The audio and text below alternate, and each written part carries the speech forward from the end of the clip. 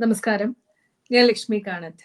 ഇന്ന് നമ്മളോടൊപ്പം ഉള്ളത് ആദരണീയനായിട്ടുള്ള ഡോക്ടർ ടി.പി. ശശികുമാർ ജിയാണ്. അദ്ദേഹം ഒരു former space scientist, mathematician, lawyer, psycho therapist, technocrat, ഒപ്പം ഒരു ആത്മീയ ആചാര്യൻ കൂടിയാണ്. ബ്രഹ്മശ്രീ അനുജൻ ഭട്ടതിരിപ്പാടിന്റെയും ലോക പ്രശസ്തനായിട്ടുള്ള സ്വാമി രാമയുടെയും ശിഷ്യനായിട്ടുള്ള ഒരു ആത്മീയ ആചാര്യൻ കൂടിയാണ് ശാസ്ത്രജ്ഞനായിട്ടുള്ള ഡോക്ടർ ടി.പി. ശശികുമാർ ജി. സ്വാഗതം ഡോക്ടർ ടി.പി. ജി. നമസ്കാരം ടി.പി. ജി, നമ്മള് കഴിഞ്ഞ തവണ സാഖ്യയോഗത്തിലെ 2-ാം അധ്യായം ഭഗവത്ഗീത സാഖ്യയോഗത്തിലെ 56-ാമത്തെ ശ്ലോകത്തിലാണ് നിർത്തിയത്. അങ്ങയുടെ ഒരു ആമുഖത്തോടു കൂടി അടുത്ത ശ്ലോകത്തിലേക്ക് നമുക്ക് കടക്കാമെന്ന് പ്രതീക്ഷിക്കുന്നു. നമ്മള് സാഖ്യയോഗമാണ് ക്രക്സ് ഓഫ് ദ ഭഗവത്ഗീത. അതില് ഏറ്റവും സ്ട്രോങ് ആയിട്ടുള്ള സ്ഥലത്തു കൂടിയാണ് ഇപ്പൊ പോകുന്നത്. എങ്ങനെയാണ് കർമ്മം ചെയ്യുന്ന സമയത്ത് അറിവുണ്ടായാൽ എങ്ങനെയാണ്, ഡിവോഷൻ ഉണ്ടായാൽ എങ്ങനെയാണ് ബുദ്ധിപരമായിട്ട് ചിന്തിച്ചിട്ട് സംഭവങ്ങൾ ചെയ്യുമ്പോൾ അത് എങ്ങനെ നമ്മൾ ചെയ്യുന്ന ആക്ടിവിറ്റി എന്തായാലും, ഇവിടെ അർജുനൻ എന്നുള്ള ഒരു വില്ലാളി വീരൻ യുദ്ധത്തിന് പങ്കെടുക്കുന്നു എന്നുള്ളത് ഒഴിച്ചാൽ ഒരു മനുഷ്യനെ എങ്ങനെയൊക്കെ കർമ്മങ്ങൾ ചെയ്യുമ്പോൾ അതിൽ ഡിവോട്ടഡ് ആവണം എന്ന് പറയുന്ന ഒരു, നമ്മൾ പറഞ്ഞു, വിവേകം, വൈരാഗ്യം, അതൊക്കെയാണ് വേണ്ടത്. അവസാനം നമുക്ക് വേണ്ടത് മുമുക്ഷുത്വമാണ്. അത് എങ്ങനെയാണ് നമ്മുടെ വ്യത്യസ്തമായ ക്വാളിറ്റികളെ, കഴിവുകളെ, ഡിസിപ്ലിനെ, നിഷ്ഠകളെ എങ്ങനെയൊക്കെയാണ് ബാധിക്കുക, അത്തരം കർമ്മങ്ങൾ ചെയ്യുന്ന സമയത്ത് എന്തൊക്കെയാണ് നമുക്ക് ഒരു യോഗ അവസ്ഥയിലേക്ക് എത്താൻ, യോഗാവസ്ഥയിലേക്ക് എത്തുക എന്നുള്ളതാണ് അൾട്ടിമേറ്റ് എയിം. അവസാനത്തെ ലക്ഷ്യം എന്ന് പറയുന്നത് ഡിവോഷനോടുകൂടി, അഹങ്കാരമില്ലാതെ, ഒരു കർമ്മകൗശലം എന്ന് പറയുന്നത് തന്നെ ഒരു സായുജ്യം അടയുന്ന അവസ്ഥയിലേക്ക് ഡിവോഷണലായിട്ട് പൂർണ്ണമായിട്ടും ഭഗവാനിൽ അർപ്പിച്ചുകൊണ്ട്, ഇക്വാനിറ്റി ഓഫ് മൈൻഡ് എന്നൊക്കെ പറയും. പഴയ എക്സ്പീരിയൻസും വരാൻ പോകുന്നതുമല്ല, ഇപ്പൊ ചെയ്യുന്ന കർമ്മങ്ങളിൽ മാത്രം ശ്രദ്ധ എങ്ങനെ ഉണ്ടാക്കാൻ പറ്റും, അത്തരം സംഭവങ്ങളാണ് ഇത്രയും സമയം പറഞ്ഞുകൊണ്ടിരുന്നത്. ഏത് ശ്ലോക വായിക്കാനുള്ളത്? അടുത്തത് 57-ാമത്തെ ശ്ലോകമാണ് സാഖ്യയോഗത്തിലെ.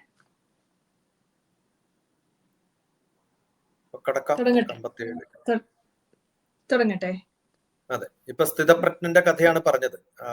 ഇക്വാനിമിറ്റി എന്ന് പറയുന്നത് സ്ഥിതപ്രജ്ഞനാണ്. മലയാളത്തിൽ പറഞ്ഞാൽ സ്ഥിതപ്രജ്ഞ, സംസ്കൃതത്തിൽ പറഞ്ഞാൽ ദുഃഖേഷു അനുദിഗ്ന മനസുഖേഷു വിഗത സ്പൃഹ വീതരാഗ ഭയക്രോധ സ്ഥിതതീർ മുനിരുച്യതി എന്ന് പറയുന്നത്.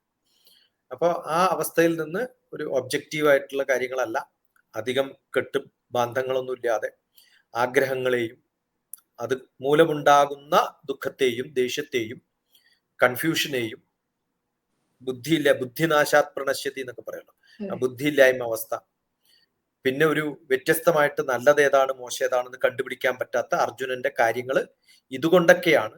അതുകൊണ്ട് അങ്ങനെയുള്ളവർ ഒരിക്കലും നന്നാവില്ല. നന്നാവണമെങ്കിൽ തിരിച്ചൊന്ന് ഈ പറയുന്നതിന്റെ ഒക്കെ നെഗേഷൻ, അതിനൊക്കെ ഓപ്പോസിറ്റ് ആയിട്ട് ചെയ്താലേ നന്നാവുള്ളൂ എന്നാണ് അടുത്ത ശ്ലോകം 28. 57. ഭഗവത്ഗീത 2-ാം അധ്യായം സാഖ്യയോഗത്തിലെ 57-ാമത്തെ ശ്ലോകമാണ്. യസ്സർവത്രാനഭിസ്നേഹസ്തത്തത് പ്രാപ്യ ശുഭാശുഭം നാഭിനന്ദതി ന ദ്വേഷ്ടി തസ്യ പ്രജ്ഞാ പ്രതിഷ്ഠിതഃ. യാ സർവത്ര അനഭിസ്നേഹ എന്നാണ്. ഏതൊരാളാണോ സകലത്തിനോടും പ്രത്യേകിച്ചൊരു സ്നേഹമില്ലാത്തൊരവസ്ഥയിലൊക്കെ പോകുന്ന ഒരു വ്യക്തി എന്നാണ്.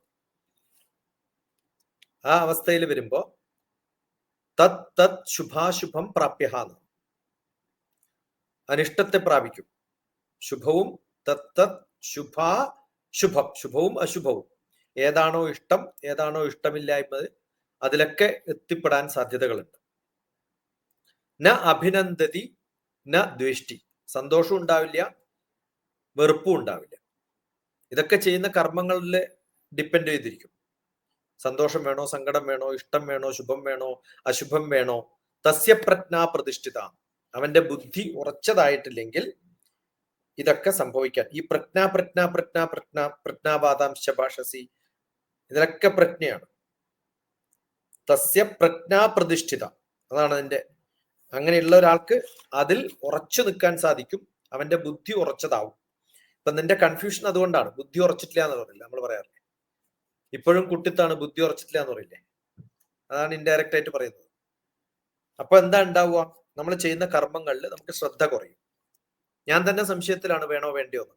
അതുകൊണ്ട് ഉറച്ചു നിൽക്കുക, ഏതിലായാലും ഓടണം ഓടിക്കോ നിൽക്കണമെങ്കിൽ നിന്നോ, കറക്റ്റ് ആയിട്ട് ചിന്തിച്ചിട്ട് ചെയ്താൽ മതി എന്ന് പറയും. അതുകൊണ്ട് ഈ സാധാരണഗതിയിലെ ഒരു ആമയുടെ രൂപമാണ് ഇവിടെ നമ്മൾ കാണേണ്ടത്. ആ ആമയുടെ രൂപം എന്താ വെച്ചാൽ എപ്പ വേണമെങ്കിലും ഉള്ളിലേക്ക് വലിയാം. നമ്മുടെ സെൻസ് എന്ന് പറയുന്നത് ആമരൂപത്തിലാന്നാ പറയാം. അത് ഉള്ളിലേക്ക് വലിക്കണമെങ്കിൽ ഉള്ളിലേക്ക് വലിക്കാം. അപ്പൊ വളരെ സ്റ്റഡി ആവും. ആമ അങ്ങനെയാണ്. ആമയുടെ മുകളിലാണല്ലോ നമ്മുടെ എല്ലാ ദ്വിജ സ്തംഭങ്ങളും സ്ഥാപിക്കുന്നത്, ആമയുടെ മുകളിലാണ്. ആമ പുറത്തേക്ക് എത്തിയാൽ ആ ബലം കിട്ടില്ല. ഉള്ളിലേക്ക് നിന്നിട്ട് കൂട് മാത്രമായിട്ട് എല്ലാ സെൻസ് ഓർഗൻസും ഉള്ളിൽ നിൽക്കുമ്പോൾ നമ്മുടെ മുകളിൽ ഒരു ദ്വിജസ്തംഭം സ്ഥാപിക്കാനുള്ള കരുത്ത് നമുക്ക് ഉണ്ടാവുമെന്നാണ്. അപ്പോൾ ഈ ഫ്ലക്ച്വേഷൻ ഉണ്ടാവുന്നത് എല്ലാം ഉള്ളിലേക്ക് വലിച്ചെടുക്കാത്തോണ്ടാണ്. പുറത്ത് നോക്കുകയാണ്, പോണോ വേണ്ടയോ, കയറണ്ടയോ, ആ സംശയത്തിൽ ഇരിക്കരുത് എന്നാണ്. നമ്മൾ അങ്ങനെ ആവണം എന്നാണ്. സെൻസസിനെയൊക്കെ നമ്മുടെ എല്ലാ ചിന്തകളെയും നമ്മൾ അവിടുന്ന് വലിച്ചെടുക്കുന്നത്. അടുത്ത ശ്ലോകം അതാണ്. അപ്പൊ അതിനുള്ളൊരു ഇൻട്രൊഡക്ഷൻ ആണ് ഈ പറഞ്ഞിരിക്കുന്നത്. പുറത്ത് വേണോ അകത്ത് വേണോ എന്ന് ഉറപ്പിച്ചിട്ട് ഇടയ്ക്കൊന്നും നോക്കാൻ നിൽക്കരുത്. ആമ ഉൾവലിഞ്ഞു കഴിഞ്ഞാൽ പിന്നെ ആ കൂടിന്റെ ഉള്ളിലാണ്. അവിടുന്ന് പിന്നെ അതിന്റെ മുകളിൽ ആലോചിച്ച് നോക്കാം, ദ്വിജസ്തംഭം വെച്ചിട്ടുള്ള ഒരു ആമ കാലും പൊക്കിയിട്ട് പുറത്തേക്ക് നോക്കാൻ തുടങ്ങി കഴിഞ്ഞാൽ എല്ലാം കൂടി തകിടം മറിയില്ലേ. അപ്പൊ അത് പാടില്ല എന്നുള്ളതാണ്. സ്ഥിതം പ്രജ്ഞാപ്രതിഷ്ഠിതം എന്നാണ്. തസ്യ പ്രജ്ഞാപ്രതിഷ്ഠിതം, ഉറച്ചിരിക്കാനാ പറയുന്നത്. ഉറച്ചിരിക്കുന്ന ഏതുപോലെ വേണമെന്നാണ് അടുത്ത ശ്ലോകം. അതായത് നമ്മളൊരു ഡിസ്റ്റർബ്ഡ് സ്റ്റേറ്റ് ഓഫ് മൈൻഡിൽ ഇരുന്ന് കഴിഞ്ഞാൽ ഒന്നും ശരിയാവില്ല എന്നുള്ള പതറിപ്പോവും. എന്തിലാണെങ്കിലും ആ ഒരു ഡിസിഷൻ മേക്കിങ്ങിന്റെ ഇമ്പോർട്ടൻസ് ആണ് അല്ലെ, മനഃശാസ്ത്രപരമായിട്ടും. ഒരാളെ ഡൈവേഴ്സ് ചെയ്യണമെന്ന് വിചാരിച്ചാൽ ഡൈവേഴ്സ് അങ്ങോട്ട് തീരുമാനിക്കും. ഇത് രണ്ടും ഇല്ലാണ്ടിരിക്കുമ്പോഴാണ് ഈ ദുഷ്ടയെ. ഉണ്ടോ ചോദിച്ചാൽ ഉണ്ട്, എന്നാ വല്ല ഗുണമുണ്ടോ, ഒരു ഗുണമില്ല. അതാണ് ഈ പ്രോബ്ലം. അതാണ് ഏറ്റവും വലിയ ദുഃഖം.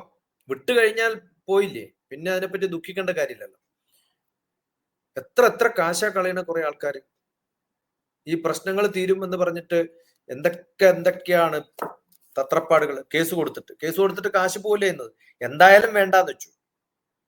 പിന്നെ ഇതിനെ ഡൈവേഴ്സിന് കേസ് കൊടുക്കാൻ പോണേ, മ്യൂച്വലി അങ്ങോട്ട് അഗ്രി ചെയ്യുക, എനിക്ക് നിന്നെ വേണ്ട, എനിക്ക് എന്നെയും വേണ്ട, വേറെ ആളെ കിട്ടില്ലേ. ആ അവസ്ഥയില് കേസ് കൊടുത്തിട്ട് വലിയ ഇന്ത്യയിലെ ഏറ്റവും കൂടുതൽ നമ്പർ ഓഫ് കേസസ് വരുന്നത് ഈ കേസുകൾ കൊണ്ടാണ്. തീരുമാനം എടുക്കാൻ പറ്റാത്തതുകൊണ്ടല്ലേ. എനിക്ക് വേണോ നിങ്ങൾക്ക് വേണോ എന്നുള്ള ഒരു തർക്കം വരുമ്പോഴല്ലേ കേസ് വരുന്നത്. അതേസമയം വിദേശ രാജ്യങ്ങളിലൊന്നും അങ്ങനെ ഇല്ല അല്ലെ. അവര് വളരെ മാന്യമായിട്ടുള്ള ഒരു സിവിലൈസ്ഡ് ആയിട്ടുള്ള ഒരു സെറ്റിൽമെന്റ് അല്ലെങ്കിൽ സിവിലൈസ്ഡ് ആയിട്ടുള്ള ഡൈവോഴ്സുകളാണ് അവിടെ നടക്കുന്നത്. മാന്യമാണോ അത് നമ്മുടെ സോഷ്യൽ സൊസൈറ്റിക്ക് വേണോ എന്നല്ല ഞാൻ പറയുന്നത്. ദൃഢത നമുക്ക് ഉണ്ടാവും. ഇയാൾ വേണം തോന്നിയാ വേണം, വേണ്ട തോന്നിയാ വേണ്ട. അതിനിടയിൽ ഇവിടെ നമ്മള് ഡൈവോഴ്സ് കേസുകളുമായിട്ട് ബന്ധപ്പെട്ടിട്ട് ഇല്ലാത്ത ആരോപണങ്ങൾ ഉന്നയിച്ചിട്ടൊക്കെയാണ് ഒരു ഡൈവോഴ്സ് നേടിയെടുക്കുന്നത് പലരും. അപ്പോ എതിർ കക്ഷികൾ വെട്ടിക്കൊല്ലാൻ വരുന്ന സംഭവങ്ങൾ നമ്മൾ നിരന്തരം വായിക്കുന്നുണ്ട്. ആ ഒരു ഷോക്കിൽ ഇത്രയൊക്കെ അനാവശ്യങ്ങൾ. നമ്മൾ പലപ്പോഴും ഈ ബന്ധങ്ങളുടെ ഈ അർജുനന്റെ പ്രശ്നം എന്താണ്? അർജുനന്റെ പ്രശ്നം ഇവരൊന്നും കൊല്ലാൻ ഒരു പ്രശ്നമില്ല അർജുനന്. ഇതെന്റെ ബന്ധുക്കളാണല്ലോ എന്നുള്ള ഒരു സോഷ്യൽ മൈൻഡ് ഉള്ളത് കൊണ്ടാണ്. നമ്മുടെ പല ബന്ധങ്ങളും സോഷ്യൽ മൈൻഡിലല്ലേ. അല്ലെങ്കിൽ വിട്ടെറിഞ്ഞു പോവാലോ, കൊന്നു കളയാലോ എന്നുള്ളതാണ്. ഈ കൊല്ലുക എന്നുള്ള അർത്ഥം ഫിസിക്കലി കൊല്ലുക എന്നുള്ളതല്ല. അവരുമായിട്ട് എന്നെ വിട്ട് അവരെ വേണ്ടാതെ വെക്കുക, അവരുമായിട്ടുള്ള ബോണ്ടേജ് ഇല്ലാണ്ടിരിക്കുക, അവരെ ശ്രദ്ധിക്കാണ്ടിരിക്കുക. അങ്ങനെ ആയാലും മതി. അതെന്താ പറ്റാത്തത്? അതെല്ലായിടത്തും ഉള്ളതാ. ഇൻസ്റ്റിറ്റ്യൂഷനിലും അങ്ങനെ. എനിക്ക് ജോലി വേണ്ടാന്ന് വെക്കാനുള്ള ധൈര്യമില്ല. എന്താ കാരണം? ഞാൻ ജോലി വേണ്ടാന്ന് വെച്ചാൽ എന്റെ ബന്ധുക്കളൊക്കെ എന്നെ കുറ്റം പറയും. അതുകൊണ്ട് വേണ്ടാന്നുണ്ട് താനും. ഉൾവലിഞ്ഞു പോവാൻ ഇഷ്ടമാണ്, പക്ഷെ ഉൾവലിഞ്ഞു പോകാൻ പറ്റില്ല. ഇടക്കിടക്കൊന്നും മുഖം കാണിക്കും. എന്നിട്ട് എന്ത് ചെയ്യും? ഓഫീസിൽ പോവില്ല, ലീവ് എടുക്കില്ല. ഇതാണ് അവസ്ഥ. ഇന്നൊരാൾ എന്നോട് സംസാരിച്ചു, വളരെ മാന്യനായിട്ടാണ് സംസാരിക്കുന്നത്. ഒരു ഓഫീസിലാണ് വർക്ക് ചെയ്യുന്നത്. ആകെ 2 മണിക്കൂറേ പണിയുള്ളൂ എന്നാ പറയണേ. ഞാൻ പറഞ്ഞു, ഞാനാണെങ്കിൽ നിന്നെ ഇപ്പൊ പുറത്താക്കിയാണ്. 2 മണിക്കൂർ പണിയും ഫുൾ ശമ്പളമാണ്. എന്നിട്ട് ബാക്കി എന്താ ചെയ്യണമെന്ന് ചോദിച്ചാല് ഒരു കാര്യവും ചെയ്തിട്ടില്ല. ഞാൻ ചോദിച്ചു, ഇന്ന് രാവിലെ മുതൽ വൈകുന്നേരം വരെ ചെയ്ത കാര്യത്തിലും കലക്റ്റീവായിട്ടൊരു കാര്യം പറയാൻ പറഞ്ഞു. ഇല്ല. എത്ര സമയം മനുഷ്യന്മാർ കളയുന്നത് അനുസരിച്ചു. അപ്പോ ഞാൻ പറഞ്ഞു, നിങ്ങൾക്ക് പഠിക്കാൻ പറ്റുന്ന എന്തൊക്കെയുണ്ട് സംഭവങ്ങൾ. ഇതാണ് കുഴപ്പം. ആ ജോലി ഇഷ്ടമല്ല, ചാടണമെന്നുണ്ട്. എന്നാൽ ചാടാൻ പറ്റില്ല, കാരണം വേറെ ജോലിയൊന്നും കിട്ടൂല. എന്തേ കിട്ടാത്തതെന്ന് ചോദിച്ചാൽ ഈ ഉള്ള സമയത്ത് യൂട്ടിലൈസ് ചെയ്യുന്നില്ല ആ സമയം എന്നുള്ളതാണ്. ഈ ആവലാതിയും വേവലാതിയും പ്രശ്നങ്ങളും കുറേ ഉണ്ട്. അതാണ് അർജുനന്റെ കൺഫ്യൂഷൻ. അതല്ലാതെ സ്ഥിതപ്രജ്ഞനായിട്ടിരിക്കണം. ജോലി വേണോ, എനിക്ക് ഇഷ്ടമല്ല ജോലി, അങ്ങോട്ട് വിട്ടുകളയാ, വേറെ ജോലി കിട്ടുമോ നോക്കാം. ജോലി ഇഷ്ടമല്ല എന്ന് പറയുകയും ചെയ്യും, അവിടെ പോയിരിക്കുകയും ചെയ്യും. അപ്പൊ എന്ത് ചെയ്യും? അവിടെയുള്ള ജോലി നന്നായിട്ട് ചെയ്യില്ല, അവനവനും നന്നായിട്ട്. കർമ്മത്തിൽ വേണ്ടത്, അത്യാവശ്യം വേണ്ട സ്ഥിതപ്രജ്ഞനാണ്. എനിക്ക് ഇൻട്രസ്റ്റ് ഉണ്ടെങ്കിലേ ഞാൻ ചെയ്യാവൂ. ഇൻട്രസ്റ്റ് ഇല്ലെങ്കിൽ വേണ്ട, നിങ്ങോട്ട് വെക്കാനുള്ള അധികാരം നമുക്ക് വേണം. പക്ഷെ നമ്മുടെ കുഴപ്പം, ഇവരൊക്കെ നമ്മുടെ ബന്ധുക്കളാണ്, എന്നെ സൊസൈറ്റി എങ്ങനെ നോക്കിക്കാണും, ഇങ്ങനെ കുറേ ഒഴിവുകളല്ലേ അർജുനൻ പറയുന്നത്. അതാണ് നമ്മുടെയൊക്കെ സ്ഥിതി. നമ്മുടെ എല്ലാ ദിവസവുമുള്ള സ്ഥിതി അങ്ങനെയാണ്. എനിക്ക് വീട്ടിൽ നിന്ന് ഭക്ഷണം വേണ്ട, ഹോട്ടലിൽ കഴിച്ചാൽ മതി എന്നുണ്ടാവും. എന്നിട്ട് ഞാൻ എന്ത് ചെയ്യും? ഹോട്ടലിൽ നല്ലോണം മൂക്കുമുറ്റ കഴിച്ച് വീട്ടിൽ വന്നിട്ട് പറയും, ഒന്നും കഴിച്ചിട്ടില്ല, വിശക്കുന്നു, അമ്മ എന്തെങ്കിലും തരുമെന്ന് പറയും. എത്രയോ ആൾക്കാരെ പറ്റിക്കുന്നു. എന്താ കാരണം? കഴിച്ചില്ല എന്ന് വിചാരിക്കും, എനിക്ക് വേണ്ടാന്ന് വിചാരിച്ചു. അപ്പൊ അമ്മ ചോദിക്കും, പിന്നെ ആർക്ക് വേണ്ടി അത് ഉണ്ടാക്കിയത്? അത് വഴക്ക് പറയും. ആ പറയുന്നത് പേടിച്ചിട്ട് അവരെ സമാധാനിപ്പിക്കാൻ വേണ്ടിയാ പറയണത്. അപ്പൊ എവിടെയൊക്കെ എന്തൊക്കെ കള്ളത്തരം പറയേണ്ടി വരുന്ന മനുഷ്യൻ. ആ അവസ്ഥയാണ്. ഒരു ദൃഢനിശ്ചയം എടുക്കാൻ കഴിവില്ല. അതാണ് അവിടെ തസ്യാ പ്രജ്ഞ പ്രതിഷ്ഠിത, പറയുന്ന കാര്യങ്ങൾ ഉറച്ചു നിൽക്കന്റെ മോനെ എന്ന് പറയുന്നത് അതുകൊണ്ടാണ്. അതായത് അവനവൻ എന്താണ് വേണ്ടതെന്ന് ആദ്യം കണ്ടുപിടിക്കുന്നതാണ് മനഃശാന്തിക്കുള്ള ഏറ്റവും നല്ല മാർഗവും പ്രവർത്തിക്കാനുള്ള ഏറ്റവും നല്ല മാർഗം എന്നാണ്. അത് freedom. That is what is called freedom. Freedom ആണ് ആവശ്യം. അതുകൊണ്ടാണ് ഭഗവാൻ അവസാനം പറയുന്നത്, യഥേശ്ചതി തഥാ കുരു, എനിക്ക് ഇഷ്ടമുള്ള പോലെ നീ ചെയ്തോ മോനെ. ഞാൻ പറയാനുള്ളതൊക്കെ പറഞ്ഞു. ഇനി അത് ചെയ്യാത്തത് കൊണ്ട് അർജുനനെ നാളെ എന്റെ സുഹൃത്തല്ല എന്ന് ഞാൻ വെക്കൂല്ല. അങ്ങനെ ദേഷ്യത്തിലല്ലല്ലോ പറഞ്ഞത്. ഏത് ഭാവത്തിലാണോ ആദ്യം പറഞ്ഞത് അതേ ഭാവത്തിലാണ് അവസാനവും പറയുന്നത്. പക്ഷെ നിനക്ക് ദുഃഖമില്ലാണ്ടിരിക്കാനും നല്ല കർമ്മങ്ങൾ ചെയ്യുമ്പോൾ അതിന്റെ ഗുണം ഒക്കെ മനസ്സിലാക്കി വേണ്ടതൊക്കെ എവിടെ വേണം, എങ്ങനെ വേണം, എന്തിനു ചെയ്യണം, ഇഷ്ടവും അനിഷ്ടവും സുഖവും ദുഃഖവും ഒക്കെ, ശുഭവും അശുഭവും ആ ശ്ലോകത്തിലുണ്ട്. ശുഭവും അശുഭവും പ്രാപ്യവും അപ്രാപ്യവും സ്നേഹവും ദേഷ്യവും ദൃഷ്ടിയും എന്തൊക്കെയുണ്ടോ അതൊക്കെ ആലോചിച്ചിട്ട് സ്ഥിരം ആയിട്ടിരിക്കണം എന്നാണ്. വെറുതെ വേണമെന്നല്ല പറഞ്ഞത്, മണ്ടത്തരാവരുത്. മച്ചുവേർഡ് ആയിട്ട് ചിന്തിച്ചിട്ട് ഒരു ദൃഢനിശ്ചയത്തിൽ എത്തിയിട്ട് വേണം യുദ്ധം ചെയ്യാൻ. അതല്ലെങ്കിൽ വില്ല് കൊലയ്ക്കുന്ന സമയത്ത് ശരിക്കും കൊലയ്ക്കില്ല, ഓഫീസിൽ പോയി ഇരിക്കുകയുള്ളൂ, പണി ചെയ്യില്ല. ആ അവസ്ഥ വരരുത്. അടുത്തത് 58ാമത്തെ ശ്ലോകത്തിലേക്കാണ് പോകുന്നത് നമ്മള്. ഭഗവത്ഗീത 2-ാം അധ്യായം സാഖ്യയോഗത്തിലെ 58ാമത്തെ ശ്ലോകം.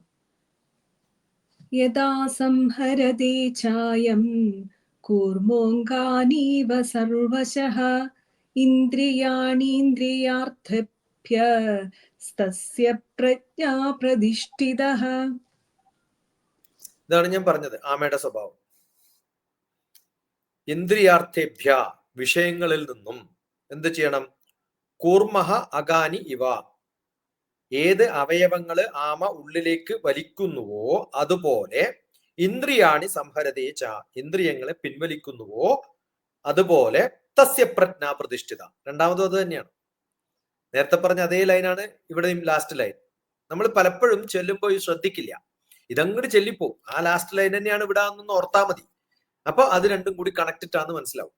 യഥാ സംഹരതേ ചായം, ഏതുപോലെയാണോ നമ്മുടെ ഇന്ദ്രിയങ്ങള് വിഷയങ്ങളിലുള്ള നമ്മുടെ ശ്രദ്ധ ഇടയ്ക്കിടയ്ക്ക് പുറത്തേട്ട് വന്നിട്ട് നമ്മളെ സ്ഥിതപ്രജ്ഞനല്ലാതെ ആക്കുന്നത്, അതിൽ നിന്നും ഒഴിവാവണമെങ്കിൽ നമ്മൾ എന്ത് ചെയ്യണം? നമ്മുടെ ഒരു പ്രൊട്ടക്ഷൻ ഷെല്ല് എന്ന് പറയാറില്ലേ, നമ്മളെ രക്ഷിക്കാനുള്ള ഏറ്റവും വലിയ കവചം, ആ കവചത്തിന്റെ ഉള്ളിലേക്ക് അങ്ങോട്ട് കയറുക.